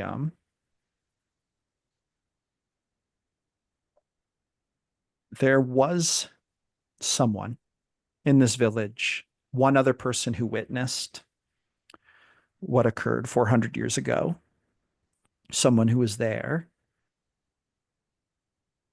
She says, "And unfortunately, this person met a very early end. It is not officially known why, but we have good reason to believe that this figure chose a very different viewpoint of the witch burning and the haunting that is allegedly associated with it. It is believed that this person continued to consort with Alania and her demonic influences. It is believed that because of this person succumbed to a very unfortunate and early death as demonic powers claimed their soul." She says, "Of course, this is just information that I have heard, information that I've heard in coming into my clergy position here. I did not personally know of this event or this person." She says, "But I feel that the context may be important because it seems to me that what you were seeing was most likely a visage from the past. So what we should determine is what meaning it holds now." Indeed. Are you guys going to huddle? Team Huddle? huddle. Go for it. Are you going to Huddle. include Samuel in your huddle, or are you going to leave him out? Absolutely not. Okay. He's Are a you going to blabbermouth at the include moment. Damien in your huddle, or are you going to leave him out? Leave him Leave him out. out as well. Okay. Continue. I think that the vision is probably the person we're meeting tomorrow, Yeah, that's what I thought. very quietly. I think it's Elreese. No, the leader of the The one above Shadow her. Claws. Oh, yes. Thorns. Okay. Someone that the village here probably wishes to forget. But I'm it's gonna probably still stay with the prominent. priestess while they're having the huddle so that, I can keep engaging her. Oh, okay. Also, You already I did say think that. that she may have given us some of the information we would find from the book. Just a Mm. guess. I still Yeah, think she did it's say worth she- looking at it, though. Mhm. I mean, Can I insight check while they talk? Yeah, go for it. Are you basically rolling an insight check on what the priestess told you? Yeah, I'm just vibing her out and seeing if she's telling me everything she knows or if she's holding anything back or, something like that. Yeah, go for it. Oh, well, that's not going to be very good, I don't think. 7. You don't really get anything different as far as vibes. Seems to check out. Can I do one from when they were talking earlier? Because I didn't even think about it. Yeah, for sure. Go for it. Anyone who wants to could roll an insight check. 21. 21. Nice. Selvig, you're getting vibes that you're not being, like, all the information's not being shared with you. You're kind of getting that feeling. That's been happening a lot to Selvig today. Yeah. So you're getting those vibes again. It's a fair statement to say that. It's pretty obvious, but I was gonna say, I just still feel like everyone is trying to play us to their side of the game. I'm starting to realize that everyone here is for their probably own, just serving their own agenda. yeah, Does yeah. does the priestess look like she's feeling okay with them huddling like this? Yeah, she's just kind of looking at you, and I'm assuming you guys are continuing just talking. Yeah. She seems pretty unfazed by anything going on Okay. around her. Yeah, but then again, she does strike you as someone who has a very practiced stoicism about her. Mm-hmm. You have a feeling that even if she was phased, she would never show it, probably. Yeah, that's fair. Nice. With that Don't being tell said, Shior- Anlin, when you say in the huddle, like, did you say that in the huddle? Like, say what? Which part? about people trying to play you to their sides or whatever? Oh, yeah, definitely. So when you say that, roll for me a quick perception check. Oh, sorry. Perception. I got a 15. So as you're saying that, you're like looking at like Peter or whoever's across from you in the huddle, and you're looking toward one of the stained glass windows, like just happens to be behind Peter, and then you see a form move behind the stained glass, and it looks to be in the shape of a wolf. And then it kind of seems to stop. Like basically, you see the stained glass, you can kind of see through it. So you see the shape of a wolf, but you can't see details. But you see it stop, and then you kind of see that the head turns and looks, and it almost seems like it looks right at you because you see like two glowing eyes glowing through the stained glass. And then before you know it, you like blink your eyes and it's just not there anymore. It's just gone. Guys, I just saw Gutsy. Gutsy. And wait, what? You mean Did Gusty. Gusty? Oh, is it gusty, like a gust of wind? Yeah. Yes. Oh my goodness, I've been hearing gutsy. Like you're so gutsy for jumping It's that okay. ramp. I thought you Yeah. were thinking about freaking Fallout. Oh my goodness. Okay, sorry. Gusty. Okay. Yes.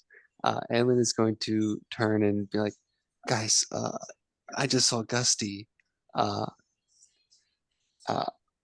d- Maybe we they said approach something. with caution. I was gonna say, I feel like Gusty's definitely been trying to get our attention. He is trying to, or I say he, it is trying to direct our attention somewhere, or I agree with who told us that there's more to Gusty than people don't pay enough attention to him. That was Everybody. that was Serafina. Told you Okay, guys that. sorry, Serafina sorry. Elden Twine. The I halfling wasn't there for historian. that, so that's my fault. Or Anlin wasn't there for that, so he wouldn't say that, I guess. Oh well, I'm sure Um, I think they filled you We in. I'm shared pretty sure they we filled shared you. everything with you. Oh, okay. So Yeah. yeah, he was gonna. Anlin would just say, I definitely think Serafina's right. Should we? I don't want to split the party, but should we follow and not? Chase. Yeah, but just see where Gusty leads us. Well, you Maybe saw a him in the same touch glass. more grace. Yeah, a touch Mhm. more grace this time around from when we first met him. Or it. I'm And sorry, I'm really now sleepy. that we're in a huddle and Shiori's talking to the priestess, and then all sort of he would kind of like would have looked both ways and be like, "Don't tell Shiori said this, but this could all be solved with a swift swing of a blade." Shh. Oh. I mean, she knows that, but trying not to do that. It could also be solved with burning the whole town down, but we don't want to do This is that. also true.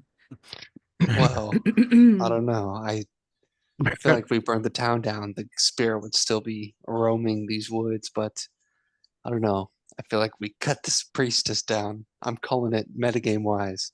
I'm calling it now. The priestess is the BBEG. I'm telling you. I know it. Nah, we just need to go burn Gideon's house down with him in it.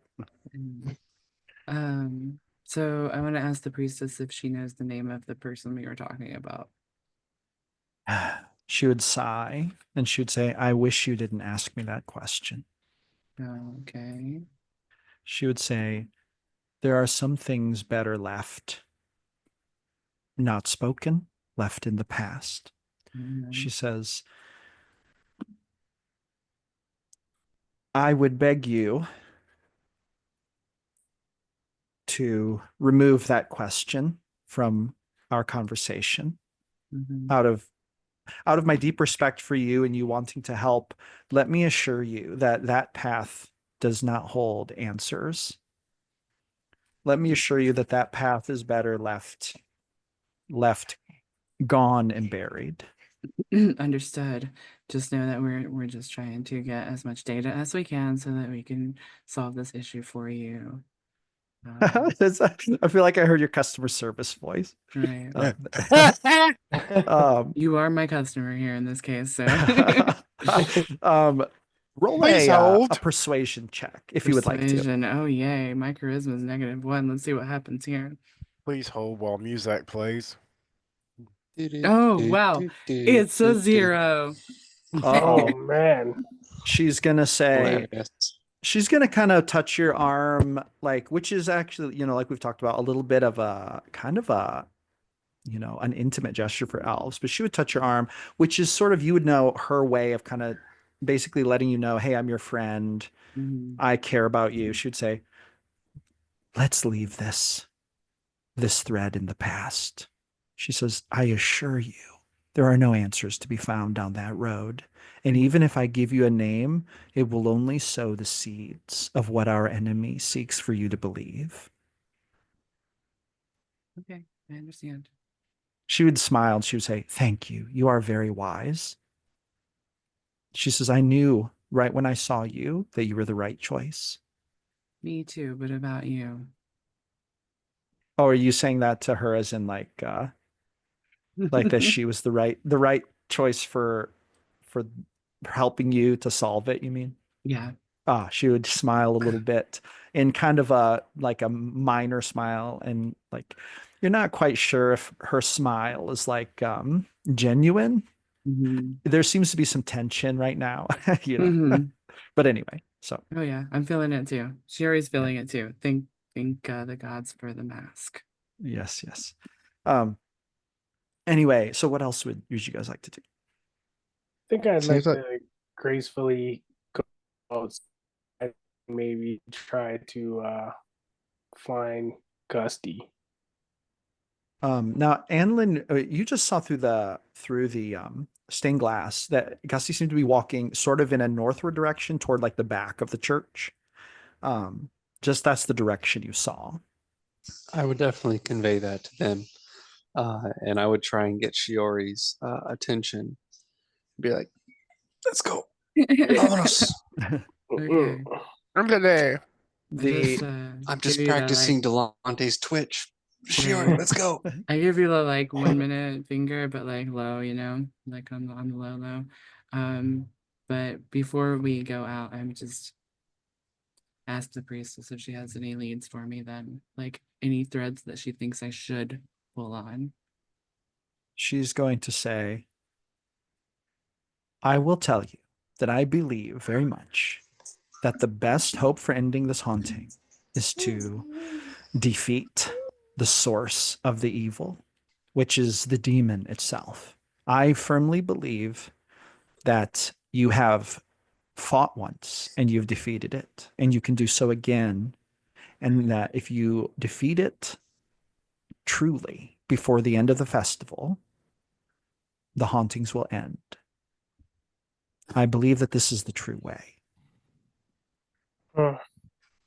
Okay. Thank you for your time. she would kind of smile and she would say, "Thank you." Mhm. She says, "Ashburrow and the church appreciates your service." Mhm.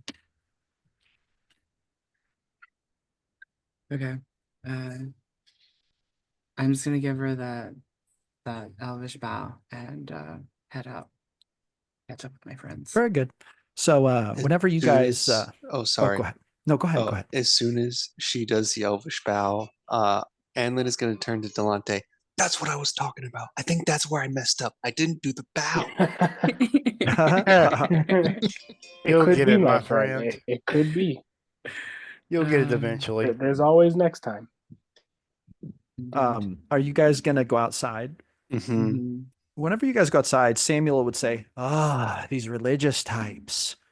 Ah, there's so much unsaid. Why don't they just talk? My God." These pretentious types, am I right? He's like, "Exactly.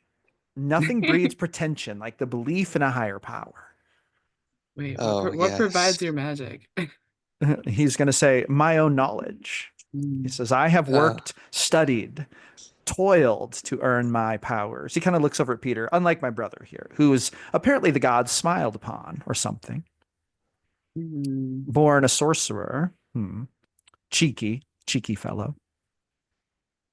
Seems like a Oh, higher power can Sam. help out, huh? What's that? I said it seems like a higher power can help out sometimes then, huh? He says, hmm. He says, "The word privilege floats around there, but I shall not go there." I'm like looking his outfit up and down. And my scruffy one. Mhm. Anyway, now, Anlin, you would have known that you saw Gusty heading toward the back of the church, which is just kind of around the corner. You know, you just kind of go around, and there's a little path that goes through the courtyard if you want to take it. Yeah, I would definitely take it, being and leading everyone to where I saw Gusty.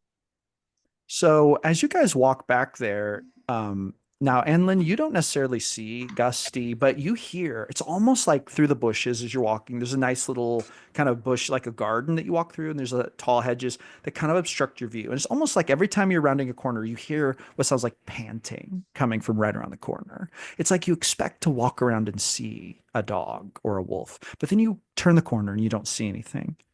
And then you hear footsteps behind the next hedge, and then you turn the corner and there's nothing there. But So yeah, go okay, ahead. at this point, Anlin, I feel like, so like, is Gusty leading us in like a circle? You said he's just leading Oh, us in a bunch of left no, turn. no, it's like you're kind of moving your way up through the courtyard toward the back of the church. So it Oh, seems to be okay, leading to the okay, back of the church, behind the church. okay. Now, behind the church, you actually come around to a big, actually a gate. And there are weeds, like vinery. It's not weeds, weeds is the wrong word. There's cultivated vinery growing up on the gate. And it's almost like you can't see through it. And the gate is there and it has a big latch on it, but the latch is not locked. It's just like a closed gate. But the gate is quite high. The fence itself is about 7 foot tall, and it's sort of a wrought iron gate in a very similar style as Gideon O'Neill's gate, but it's older and there are stone pillars. It's not all iron, like there are like stone pillars and then iron in between. But you see a big sign above it that says Ashburrow Cemetery. Uh, I do believe Gusty wants us to go into the cemetery. I'm not quite sure why, but we may find a lead or perhaps some answers. some more answers than anyone else is giving us. Got the shovel. I have my hands. Let's go. Not really I do comfortable love with getting the digging dirt up. in between my fingers. Are you guys gonna go back? Are you gonna open the door to the graveyard and go in? Uh-huh. All right, all right. Oh, Let me find my notes here real quick. Okay, so um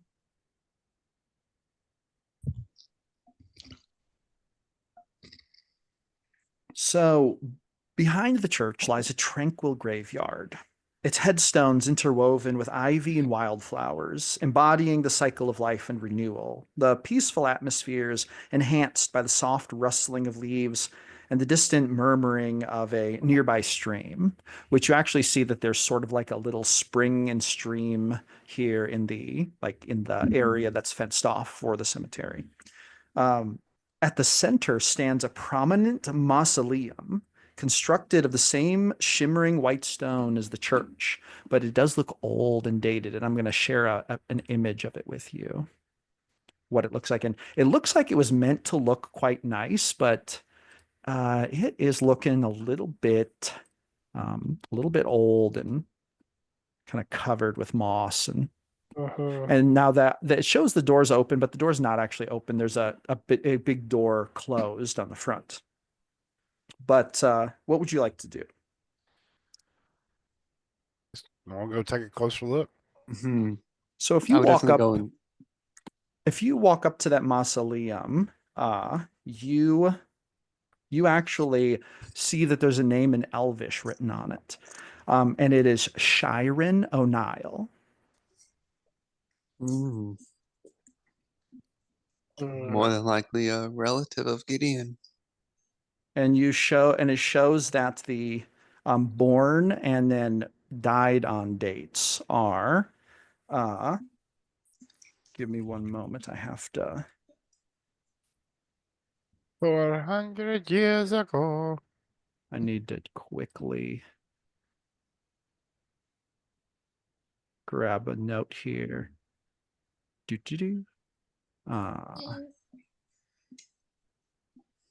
The date of death shows it shows year 4, or no, I'm sorry, wait a minute. It's not right.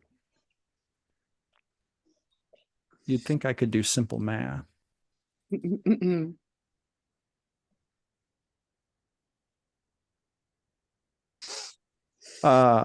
6/11.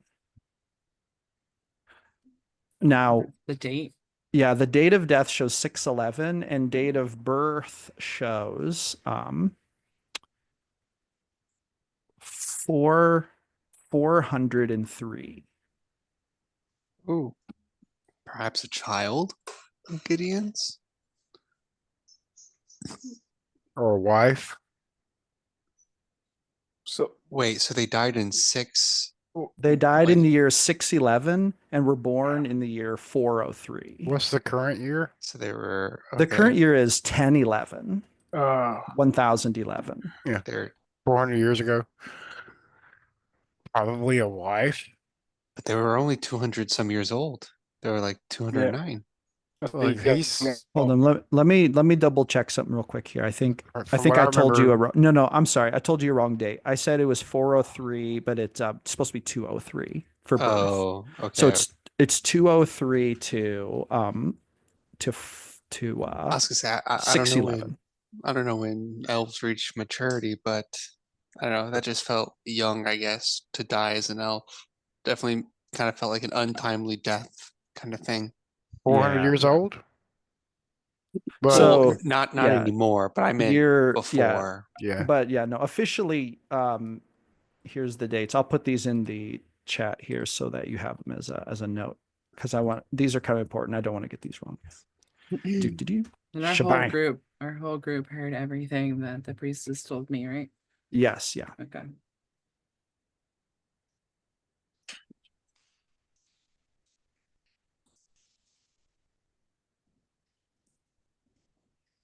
yeah. Yeah, there's the proper dates. Gotcha. Let me So write 404. write that name down. You said was on there too, real quick. Shiren. 409. Yeah. You see, they'd Oh be yeah, I said 800. 404, 409. They'd be 809 this year. Mm-hmm. And they did say Gideon was very old, so I suspect that's a wife or a sister. Yeah, I'm Mm. suspecting a sibling or What was the name again? Shiren. yeah. Shiren O'Neill. Okay. Do you think there's any chance that they could be the parents of the little girl? Great. Mhm. I said Alani was a human though, wasn't she? Oh yeah. That is what. Or no. They said Alania was an elf. Yeah. Oh. That's what Damien told you. Mm.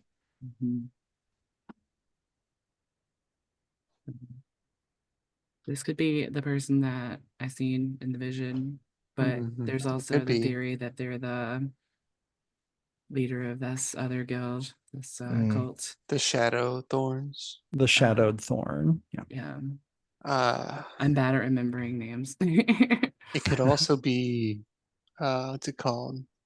Is the door barred? Is it, or is it a solid door? So the door is locked, but in addition to the lock, there have been great efforts taken to install a chain with another lock on the door. So not only is it barred with like a normal lock, like for a key, but then there were bolts drilled in a big chain with another huge lock installed. It really looked like someone did not want that door to be opened. And we see no signs of Gusty. You do not. No. Gusty's Yeah. nowhere to be seen. And there's no other way out of this cemetery. Only the gate you came in is the only entrance or exit. So it looks like we're being locked out or something's being locked in. Mm-hmm. That is maybe a valid question that you do not know the answer to. Maybe. I do ask those out loud to everyone. Is there cracks under the door? Does it seem like It's relatively tight. If you were to try to like look under there with an eye, it'd be hard. You kind of just see kind of the floor and dirt. There's not really enough could a space. spider get under there? So, Yes. standing in front of the door, I would like to activate my tremor sense. Okay. Is there any like underground, like would I sense anything like that? So you activate your tremor sense, and you as a dwarf, you set your feet, and you ready your senses. It is almost as if a cold wind blows over the cemetery as you activate your tremor sense, and in the distance, is that a howling you hear somewhere off in the distance, and you feel something. You feel a rhythmic pulsing coming from within this mausoleum. It's like a whoa, whoa, whoa, whoa. You feel vibrations going at a rhythmic pulse like that from inside. Enough so that it's registering on your tremor sense. I have a There's definitely something in here, you guys. So that pulse started as soon as we all heard the howling, I assume. Well, no, yeah, the pulse is not audible, only on your No. tremor sense. Yes, So, yeah. yeah. So it was probably going before you activated your tremor sense, but Gotcha. but But there, the howl and me activating it all Yeah. happened at the same time, it did. relatively. Okay. Yeah, and you don't know if it's related or if it's like or if it's the GM trying to make things more creepy. It's hard to Gotcha. tell. It's hard Well, to tell. so yeah, Right. Emlyn would definitely have been like, well, guys, the moment I activated my tremor sense, that spooky cemetery howl went off, and there's this rhythmic pulsing coming from the ground.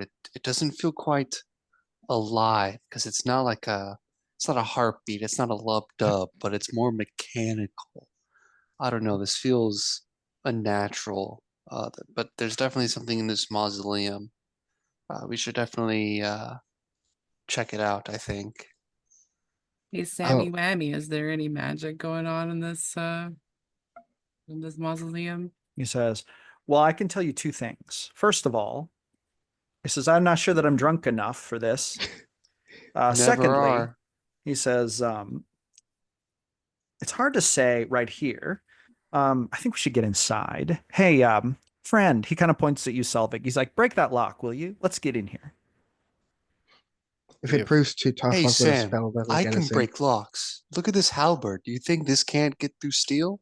You He probably says- pick locks too, but And he's gonna say, I'm sorry. He's like, no offense intended. If you can break locks, he says, I would say have a go. I I'm just immediately going to take my halberd out and start I just walking kinda- towards the log. Wait. Oh, Please don't hit it yet. Like, if there's some crazy shit going on, we don't want to like set Please. it off just yet. tell Selvig, me did when, you- Shiori. I'll be ready. Yes, okay, for sure. I love it. Selvig, did you Monte take? just keeps his hand on his blade. Okay. All right. Look, I got blades too. All right, cool. Selvig, did you say you But were not as thinking big about as mine. peeping underneath it? It's true. I Size doesn't always matter. I Sit could, but down. it might be Tell that to dangerous an for ogre. me. I'm sorry, Selvig. What did you say? Sorry. I could, but it might be dangerous for me. To go under as a Yeah. spider? Yeah. I can cast protection from good and evil on you if you want to peep under there. Yeah, I think I do. Okay. I Uh, can open the locks, but it'd be very loud. Right. Yeah, I figure if we bust the locks open in any way whatsoever, we're gonna definitely release Mm. whatever's in here. So if we can get just one of us in quietly, just to look. If My it only looks worry is crazy, just come right that- back out. Just don't want him- What if this creature, what if this pulsing is some sort of location sense, and Selvi goes in there, alerts this creature, and then it acts too fast and we're unable to, we don't even know that he's been eaten by some cosmic spirit. I don't know. That's the Well- thing. If I go in, I can't get back out. As a If- spider, If I lose my form, I won't be able to get back out. you don't think that like spiders and worms and creepy crawlies move around cemeteries all the time freely? No, but he's saying if he gets attacked, spiders don't have very many hit points, so he would, It's true. one hit would, he would, Yeah. And I'd be trapped. with no way to communicate with us. But y'all are so good at breaking locks, we could bust the door open in just a second, right?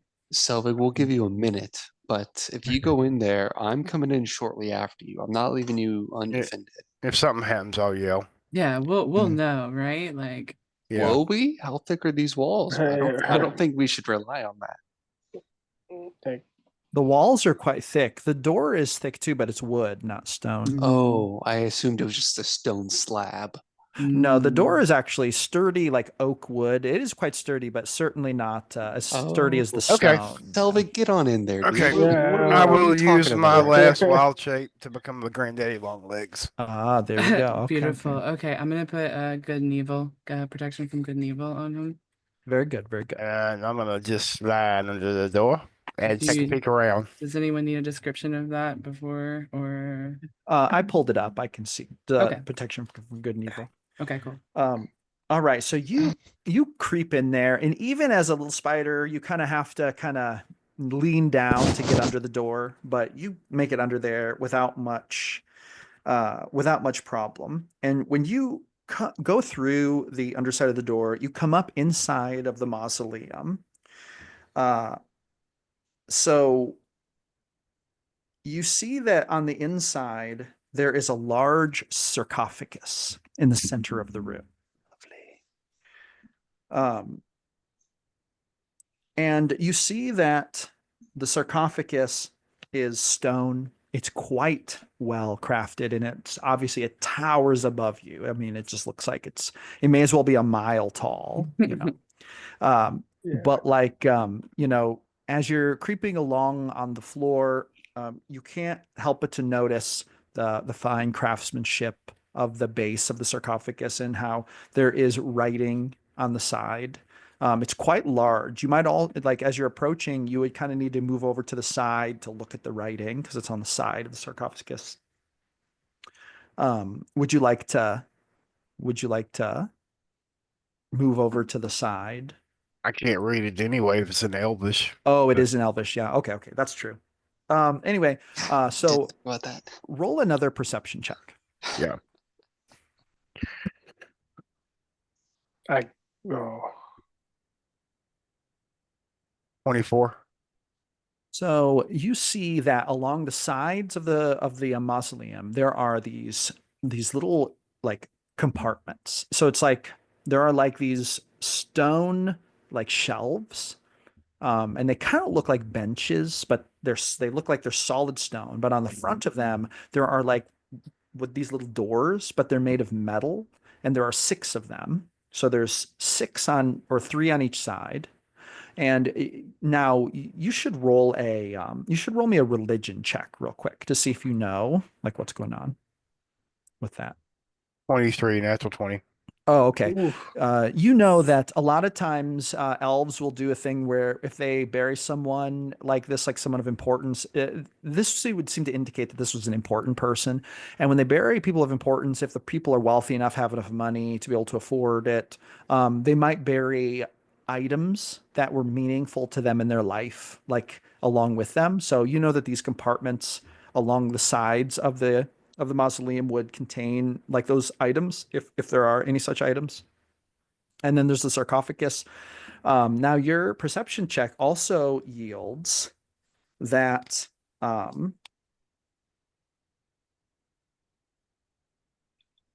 the floor and the base of the sarcophagus uh they look a little strange to you. I'm going to put it that way. The sarcophagus is sitting on a kind of a slab on the floor that seems to be slightly misaligned with the rest of the rock that makes up the floor. It's almost like it's sitting on its own slab that is not specifically attached to the floor, which is you just notice it because you're literally walking on it because you're a spider and you're very up close to it. Uh, you're not quite sure what that would indicate. Might indicate that there's something underneath it. But anyway. Okay, so my little spider brain is ticking. Uh, I'm gonna go back out. Okay. So you Uh, creep out from under the door. Change back to normal and say, we gotta get in here. There's something under the sarcophagus. We're gonna have to go in here. Oh, Oh, we can't hear you, Anlin. We can't hear you. I, I imagine he comes out right as he comes out, reverts back to his normal form. Like Anlin is like, "All right, 3, 2." Is there any way to get him without breaking it? Pick the lock. Somebody could cast knock. No. It is a wooden door. Yeah, but if we go breaking shit, like people are gonna be mad. Remember? Mm. It was a fox. I don't know. Well, I That's mean, the we're fox. violating the grave the fox. anyway, so they're gonna be mad. Samuel's yeah. gonna Yeah. say, Peter, didn't you say you could open a door? Yeah, but it's rather loud. I think He kind of looks around. Salvig may know that too. What is it? Knock. Knock, yeah. Samuel's gonna say, I'll cough at the same time. It'll totally cover it. There is. I There's a could jet make it. passing overhead. I could silence it, but I'd only be able to do that for one of them.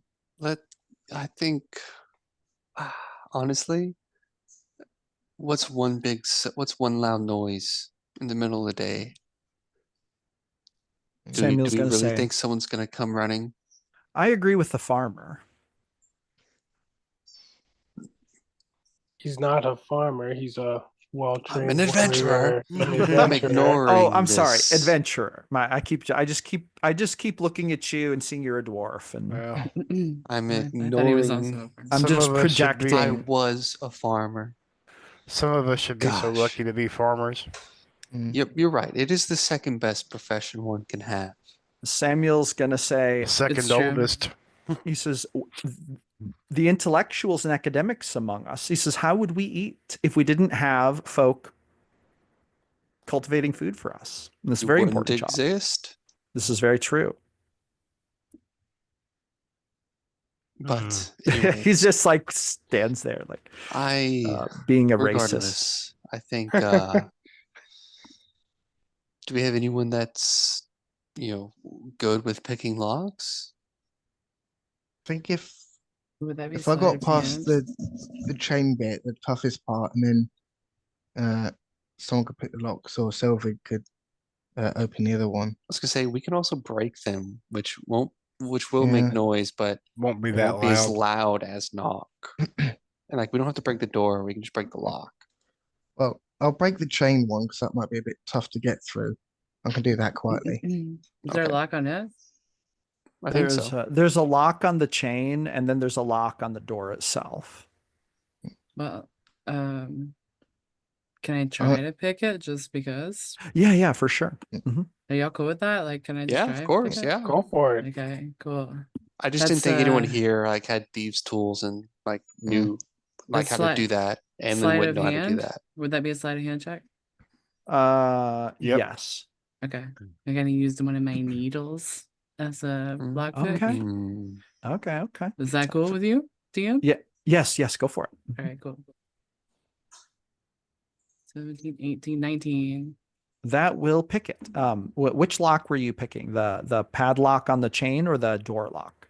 Well, shit. If I pick the door lock, would that just come open and we can just step over the chains, or? It's pretty tight. You would have Yeah, I to think it unlock stops it from too. opening. But if you're picking the door lock, you actually ching, you click it and it does come unlocked. So now you only have to deal with the lock on the chain.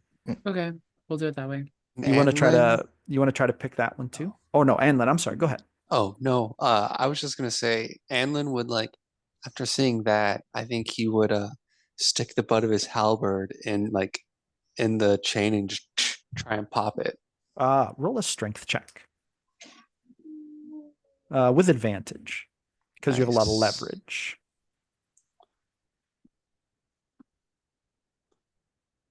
I got a 20, dirty 20. Nice. I rolled So- two 16s. When you do that, the lock, which seems to be old and in slight disrepair, seeming kind of like pulls apart, like in rust. Rust kind of flies everywhere, and you have destroyed the lock, and the chain can now be taken off. Yeah, I'll take the chain out. All right, the door can now be opened. I'm you sure. open it, Selvig, sure. go first. It reveals the sarcophagus and then the 6 little boxes under the shelves. So we opened the sarcophagus, right, guys? I'm interested in what's in the boxes. Same. You want to check box? You do see that written on the sarcophagus is the same thing written on the front door. It says Shiren O'Neill, and then it shows the dates. But then on the side, in Selvig, this was the thing you saw that you couldn't read because it was in Elvish. There's a little like a phrase in Elvish that's written, and then it says it's like a little sentimental phrase in here. Give me just one moment. I'm gonna write it down here. It's gonna say, loving father, loyal priest, beloved brother. Ah, that's because swore Sharon was a female name. Guess it's his brother then. Mm-hmm. Or his husband. And Come on, priest. Fair Fair Fair enough. point. y'all. Fair enough. Fair point. Yeah. He Well, said, it's not presumed. but he also said that he was a priest, correct? Or It that's- says, here, I'll paste this into the Do we chat. think Shiren was The the one one that who- burned her. Yeah, that's what I'm thinking now, was the one that's responsible for all of Mm. this. I'd like to look around and see if there's a lever or something that moves this casket. So or- are you gonna open any of those little metal boxes Yeah. during your search? I'd like to see what's in them, yeah. Yeah. So if you look for levers, actually, if everyone would roll either a search or an investigate check, whichever's better for you.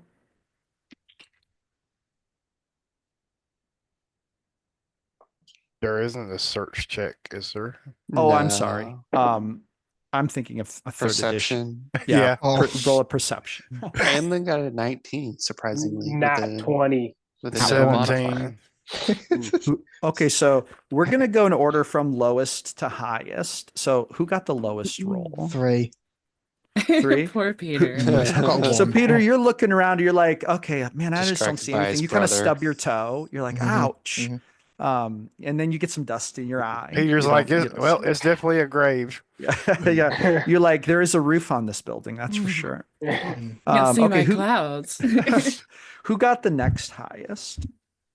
I got a 13. I don't know who was I think it's below me. 13. Yeah, because Sully 13? got a Okay. 17. So if you're looking around and you help open some of those little metal boxes on the sides and stuff, really the only thing you find, is that when you open one of the boxes, there's some old coiled up rope in it, actually. Mhm. Does any of this like trigger my knowledge about elvish rituals?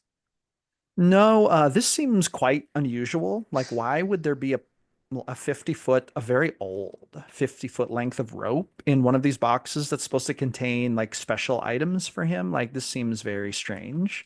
I'm definitely grabbing that rope. You do notice that the rope has some little scorch marks on it. Shit.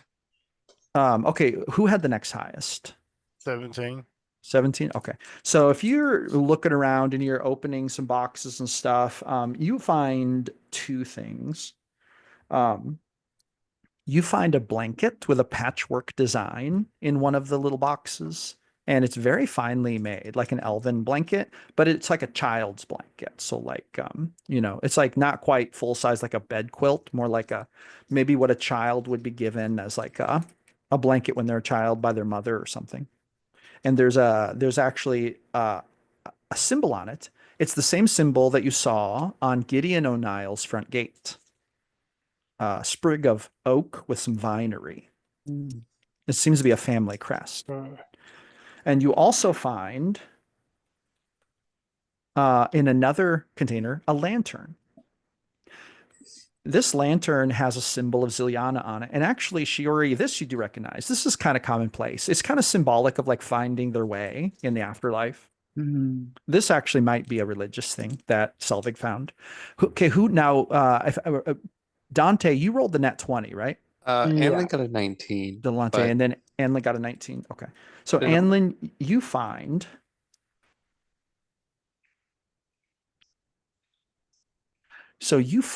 a clay jug in one of the containers. But you see that this clay jug has no stopper on the top. And you see that there are these dark stains around the rim that look very dark and red, like crimson stains. All right. And then Delante, you open one of the containers, and then you're like, what is this? And you see what looks like some kind of metal mechanism, like a lever. Inside the container? Yeah, inside the container. And it seems to continue on and is built into the side of the wall and then goes down into the floor.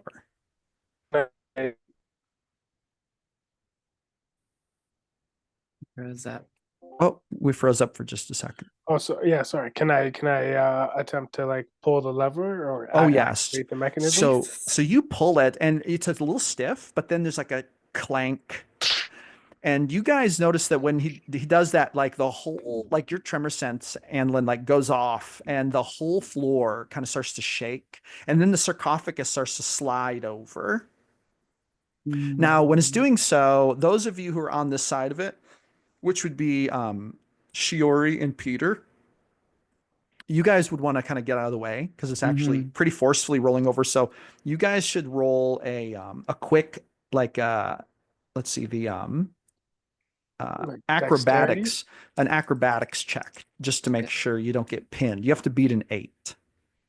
Got a 15. Dirty. Dirty 20. Oh yeah, you are all able to escape, and the thing kind of slides to the side, revealing what seems to be a hidden compartment beneath the crypt or the sarcophagus. I have to find my notes. Give me one moment. Were you using the famous random loot table generator that I hear about all the time in your videos? I sure was. Fuck that sucker. Absolutely. Okay, so So when you uncover this, you see a faint, eerie glow coming up from the bottom of it, and you realize that there's a fake bottom to this, the floor here is like a fake floor, and then there's a level underneath it that is also stone. But you see that there's this faint, eerie, glowing pulsing coming from down there. There's actually light, like very like it'd be like a darkish purple light, just very faintly pulsing. And Is it? you can feel the pulsing is what was triggering your Oh, tremor okay, okay. sense. Yeah, yeah. Um, now So when you uncover this, the air grows colder and a subtle sense of dread begins to permeate the chamber. Uh, and then almost before your eyes, you see what first starts out as just kind of a pulsing of dark, kind of purplish light begins to separate into a series of symbols that seem to be etched into the ground beneath the floor of the mausoleum.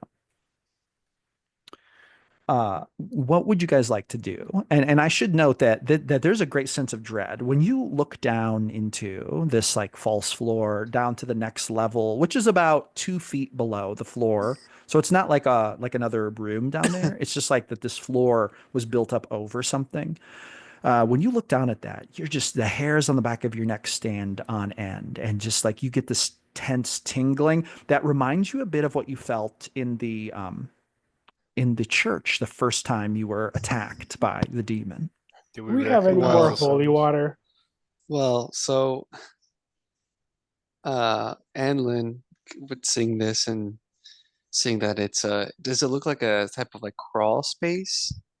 There is enough room that someone could get down in there and kind of like crawl, not a full up on their hands and knees and crawl, but they would have to kind of like you're caving, like, you'd have to get a tight squeeze.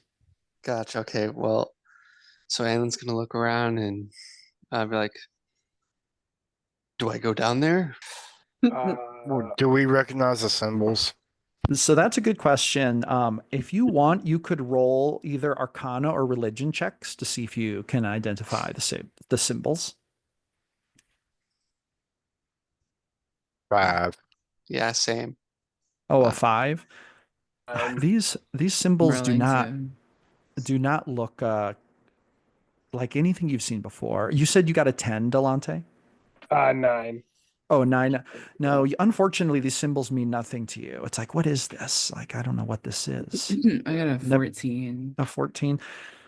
So you also, unfortunately, I mean, you don't know what these are from. It's like, what in the world am I looking at right now? I've never seen anything like this. So, And in fact, the symbols, they kind of form a round pattern, but they also seem to move around a little bit as you're looking at them. But then you ask yourself, wait a minute, are they moving? And then it's like when you focus on them, they stop moving. They're like almost behaving reactively to how you're looking at them. So it's very, very strange. You've never quite seen anything like it. So what would you guys like to do? We could get very D&D and tie a rope around your legs and let you crawl down in there, and let us so pull you out if we need you. yeah, so Sounds Anlin was like a plan to literally me. he was like, "Yeah, go grab that rope." The rope one- from the Shall we toss the from the- dwarf?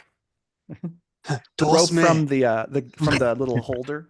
I mean, I'm pretty sure I have rope that's not old and No, so does Anlin. He has 50 feet of rope. right. We all have rope. Yeah, he Ah. would facet Uses the rope. old rope anyways. use the old rope anyway. Old-fashioned dwarf toss. He would fasten it around his belt loop and look to the party.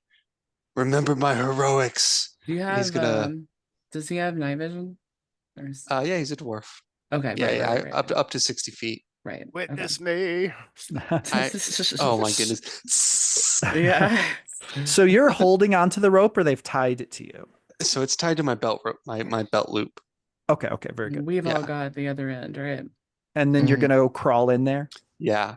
Well, Okay, so so Anlin is making it seem very dramatic he is like, this is probably the last time we're ever gonna see each other.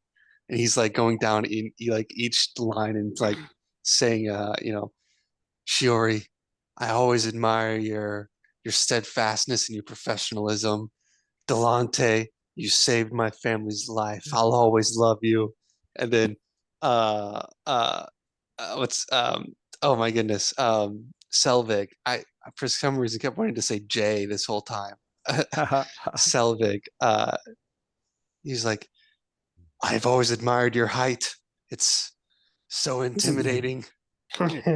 Peter, your accent is phenomenal. I love it. And then he's gonna turn around and jump in the hole. Godspeed, Short King.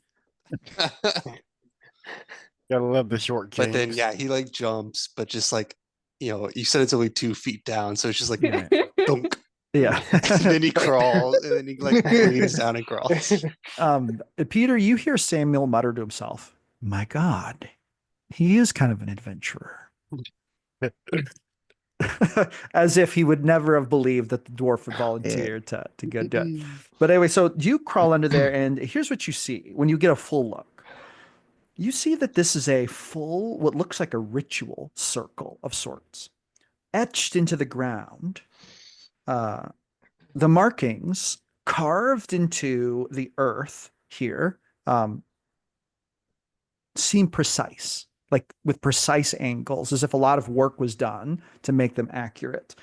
And they're not just lines. There are many symbols in this circle, ancient looking sigils that are pulsing with some kind of magical energy. Even today, like right now, they're literally pulsing right in front of you with magical energy. The geometry, though, as you watch them, seems wrong, with angles that make the eye twitch and loops that seem to coil into themselves. And it's almost like the minute your eyes look away, they start misbehaving. But then when you watch them, they go back to being stationary. To the untrained eye, they appear chaotic.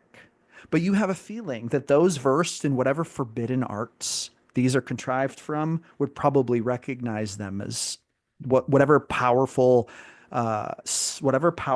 ritual circle they belong to. But alas, what was your religion check or arcana check that you made? He got a 5. Yes. Alas, knowledge of this just completely escapes you. You have no idea what this could possibly be. But however, you do sense a little something pokes at your brain. Roll me a wisdom save. Wisdom. Oh, wisdom save. Heard that. Lovely. Oh, I got an 18. Heck yeah. So whatever starts to kind of poke at your brain, you kind of steal your mind and it withdraws. Oh, but then the whole room goes kind of like a little darker. And you all notice this up top too. The whole room goes kind of darker. And then you, Anlin, you hear a whisper, and it's in common. It says to you, "Brave one, do you seek the truth about these symbols and this grave that you crawl in?" Well, I do now. Everything all right down there? And then, right now, Anlin, you're the only one who hears this. But then he would say, "You and your friends, open your mind. Parley with me." Anlin, And it wants you to relinquish your wisdom save that you made, and to tell your friends to do the same. That's basically what it's asking. Anlin is going to yell up, or he's just going to like kind of turn his head and yell, "Trust me!" And I'm going to fail my save. Okay. The rest of you feel like something prodding at your mind, as if trying to gain entry. Voices echo throughout the corners of the mausoleum. This voice that you hear I mean, it echoes with a foreboding, unlike anything you've really encountered yet on this adventure. Something very deep and something that seems very powerful, but something that is held at bay seemingly by your mind's defenses unless you allow it inside. So here's a question. Uh, are you all going to allow this presence into your mind? Now, keep in mind, if you lower your defenses, you will be vulnerable.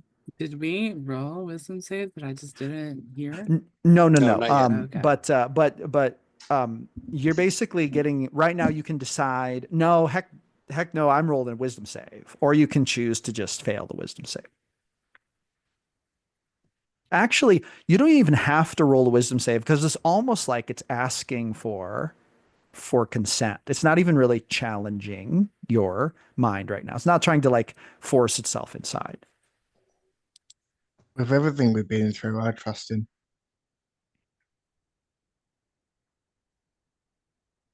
I don't like this. I was gonna say either, I but- trust Anlin, but I'm not letting that thing in my mind.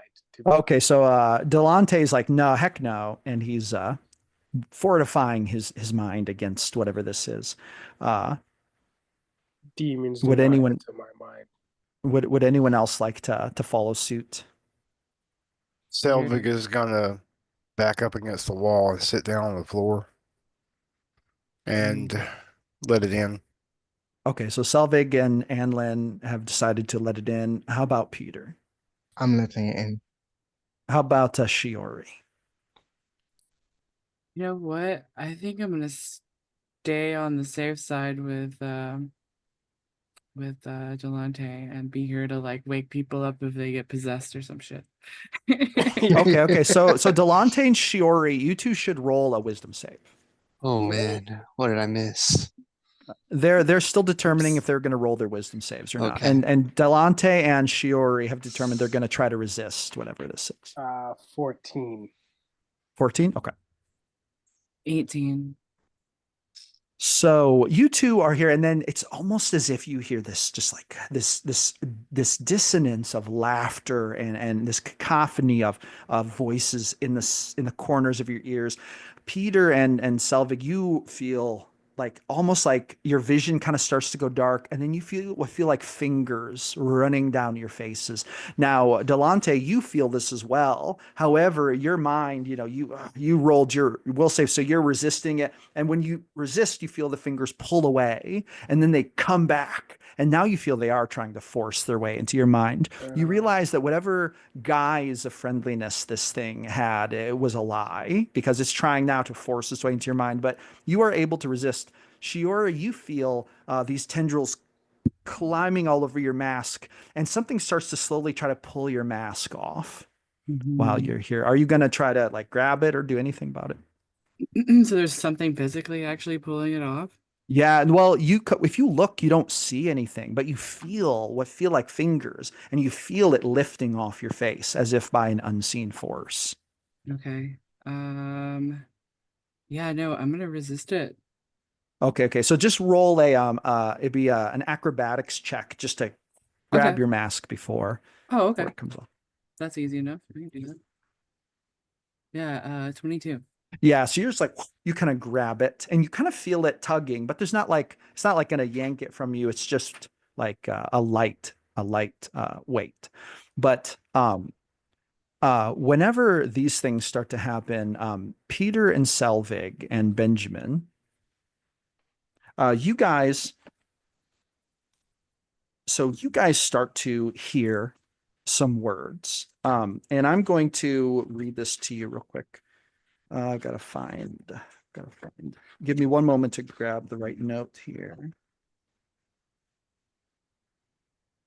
I have to go to the. Ooh, is that the kitty cat? Oh no, that is my wife. Oh, okay. She's grabbing stuff, and my camera is right in the way, unfortunately. Typical. But the cats sometimes mess with it as well. Please hold for one moment.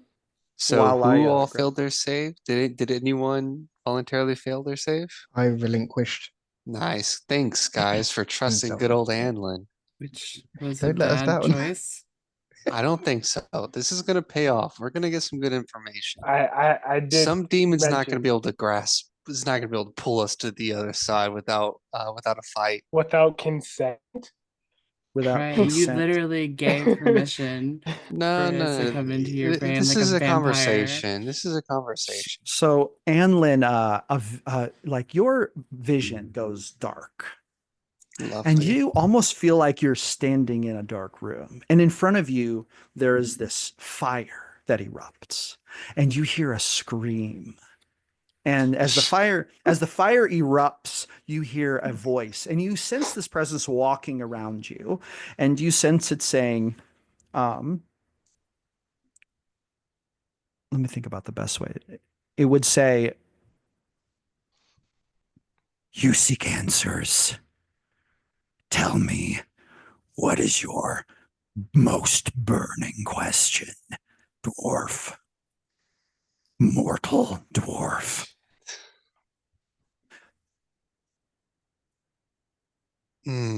Now, while you're thinking about that, I'm going to go to Peter. And Peter, you go into kind of like a darkness and you find yourself standing in sort of a dark space. But then you hear you see what looks like a figure over in the corner, and you seem to be standing in like a church. But then you see this figure turn around and scream in terror as something dark flies through the space and hits him and grabs him. Blood splashes onto your face, obscuring your vision. And then you hear a voice, almost like a hand reaching up to touch your shoulder from behind you. And it feels like a form that's way taller than you. And you hear the voice kind of lean down and whisper in your ear and says, "Sorcerer, you are special. Tell me, what question do you seek an answer to?" And then Selvig, for you, you find yourself actually in this dark room, and you hear screaming coming from down a hallway. It sounds like a little girl screaming, as if in terror. And then you kind of look and you see a wolf in the corner, and you see it backing into the corner, barking. And you see this large, ominous presence moving through the room. And this wolf has black fur. It looks a little bit like Gusty, but it's like a vision of something. And then suddenly the form descends upon Gusty, and then your vision goes black. And then you feel something walking behind you, and it poses the same question to you. "Druid, ally of nature, you have no power here. What do you seek to quench your curiosity?" And then Delante and Shiori, you two kind of hear strange noises coming from all throughout the sanctum, but you only hear wind. You feel these fingers on your faces trying to gain entry to your mind, but you're kind of in a bit of a dark trance, but you are keeping whatever this is out of your mind. However, doing so is taking up quite a bit of your energy. Now, here's what we're going to do. We're going to get the questions from you three. That's the next thing. And before you get answers, I want to hear all three of your questions. Before the questions, so what am I seeing as far as Peter and Selvig's faces and Oh, so bodies? you see Peter, when you look at them, first of all, you see that there's this dark wind, almost like this circling dark cloud in the mausoleum, but you see Peter right in front of you, and Peter's mouth is hanging open, and you see that his eyes literally, they look larger than usual, and they're completely black. And he's just like his mouth is agape, almost like he's staring at something that isn't there. And when you look over at Selvig, you actually see that Selvig, he was, sitting in a meditative state on the floor. Is that right, Selvig? You were kind of sitting on the floor. And you see that Selvig, you see that his eyes are actually right now, they look really big, and they kind of turn completely around as if they're looking straight back into his brain. So does it look like my protection from good and evil is failing right now. It does look like it is failing. Okay. And then you see Samuel, and Samuel actually is back, kind of like plastered against the wall as if in fear, and you see fingers coming out of his mouth and kind of wrapping around his face, and his eyes are just like looking upwards in terror. He seems to have allowed or failed to keep this thing from getting into his mind. So that's what you see. What Now, about Delante? you see Delante kind of like holding like a firm, like a meditative sort of look on his face. He does not look really like anything bizarre is happening to him. He seems to look like you feel like you're kind of trying to resist whatever this is. Now, with that being said, I want to ask Anlin, Peter, and Selvig if you've thought of your questions yet, or if you haven't. If you haven't, then I would like Delante and Shiori to get a turn, and then we'll get the questions. But we're just about to wrap up. The only things that we need to wrap up the session would be I need like Delante and Shiori to decide if you're going to do anything, like take any actions, and then questions from you three. Delante's actually gonna pull out diplomacy and just ready in action for if something. So you pull out your sword. I'm assuming when you pull it out, it glows with some magical energy. I'll bonus action Crimson Right it. Why not? Okay. So as you do this now, Shiori, you're looking at this, and you see as he pulls out his sword and he, activates it, you see the dark clouds kind of gathering around him, sort of like quickly retreat away from him, leaving this kind of like aura of openness around him. And suddenly, Delante, you feel all those like invisible fingers around your face. They kind of like pull away, as if giving a safe distance between your weapon and them. Okay, when I see that, I'm gonna go back to back with Delante. And I'll be like, Okay. does this remind you of that last time we fought some spooky shit together? Like, hey man, I thought we were finished, but clearly we're just getting started, my friend. Should we try and pull him out? We've got the other end of the rope still. Yeah, I'd say so. Okay. I think we're gonna go for pulling him out. Are you gonna grab the rope, Shiori, and start to pull? Yeah. Delante, are you gonna help her, or are you gonna maintain your vigil with your weapon? Shit. Can I like use one hand to try to like maybe give her the help action? So it's like she's pulling the rope and I'm kind of behind her. Yes, totally. Okay. So you two grab the rope and you start to pull, and you feel like you almost feel like the rope, like Anlin weighs more than he should. Like there's more force than there should be on the rope. And along the rope, you see the rope is like shaking as all what look like these dark fingers are reaching from this like cloud stuff and kind of grabbing the rope and trying to pull it the other way, like trying to pull him further in. And you two are like struggling against it, but you see it literally, like Delante, your sword is lighting up the space and you can see this happening like with the rope. And you just think to yourself, man, we need a big like blast of something to knock all this stuff out. Cause it's like this whole room is filled with some kind of dark, malevolent energy. Now, with that being said, we're going to go to you three. And this thing asked you basically what your questions were that you wanted answered. And I would like, if you have a question, now is the time to ask it. Do either one of you have one? And I have one. You have one? Okay, you can go first. Who's the foulest, most evil mortal in this town? Okay. And then who has the next question? Do you have one, Peter? Yep. Why did the town not tolerate Alania's powers? Do you say why did the town? Yeah, why did the town not tolerate Alania's powers?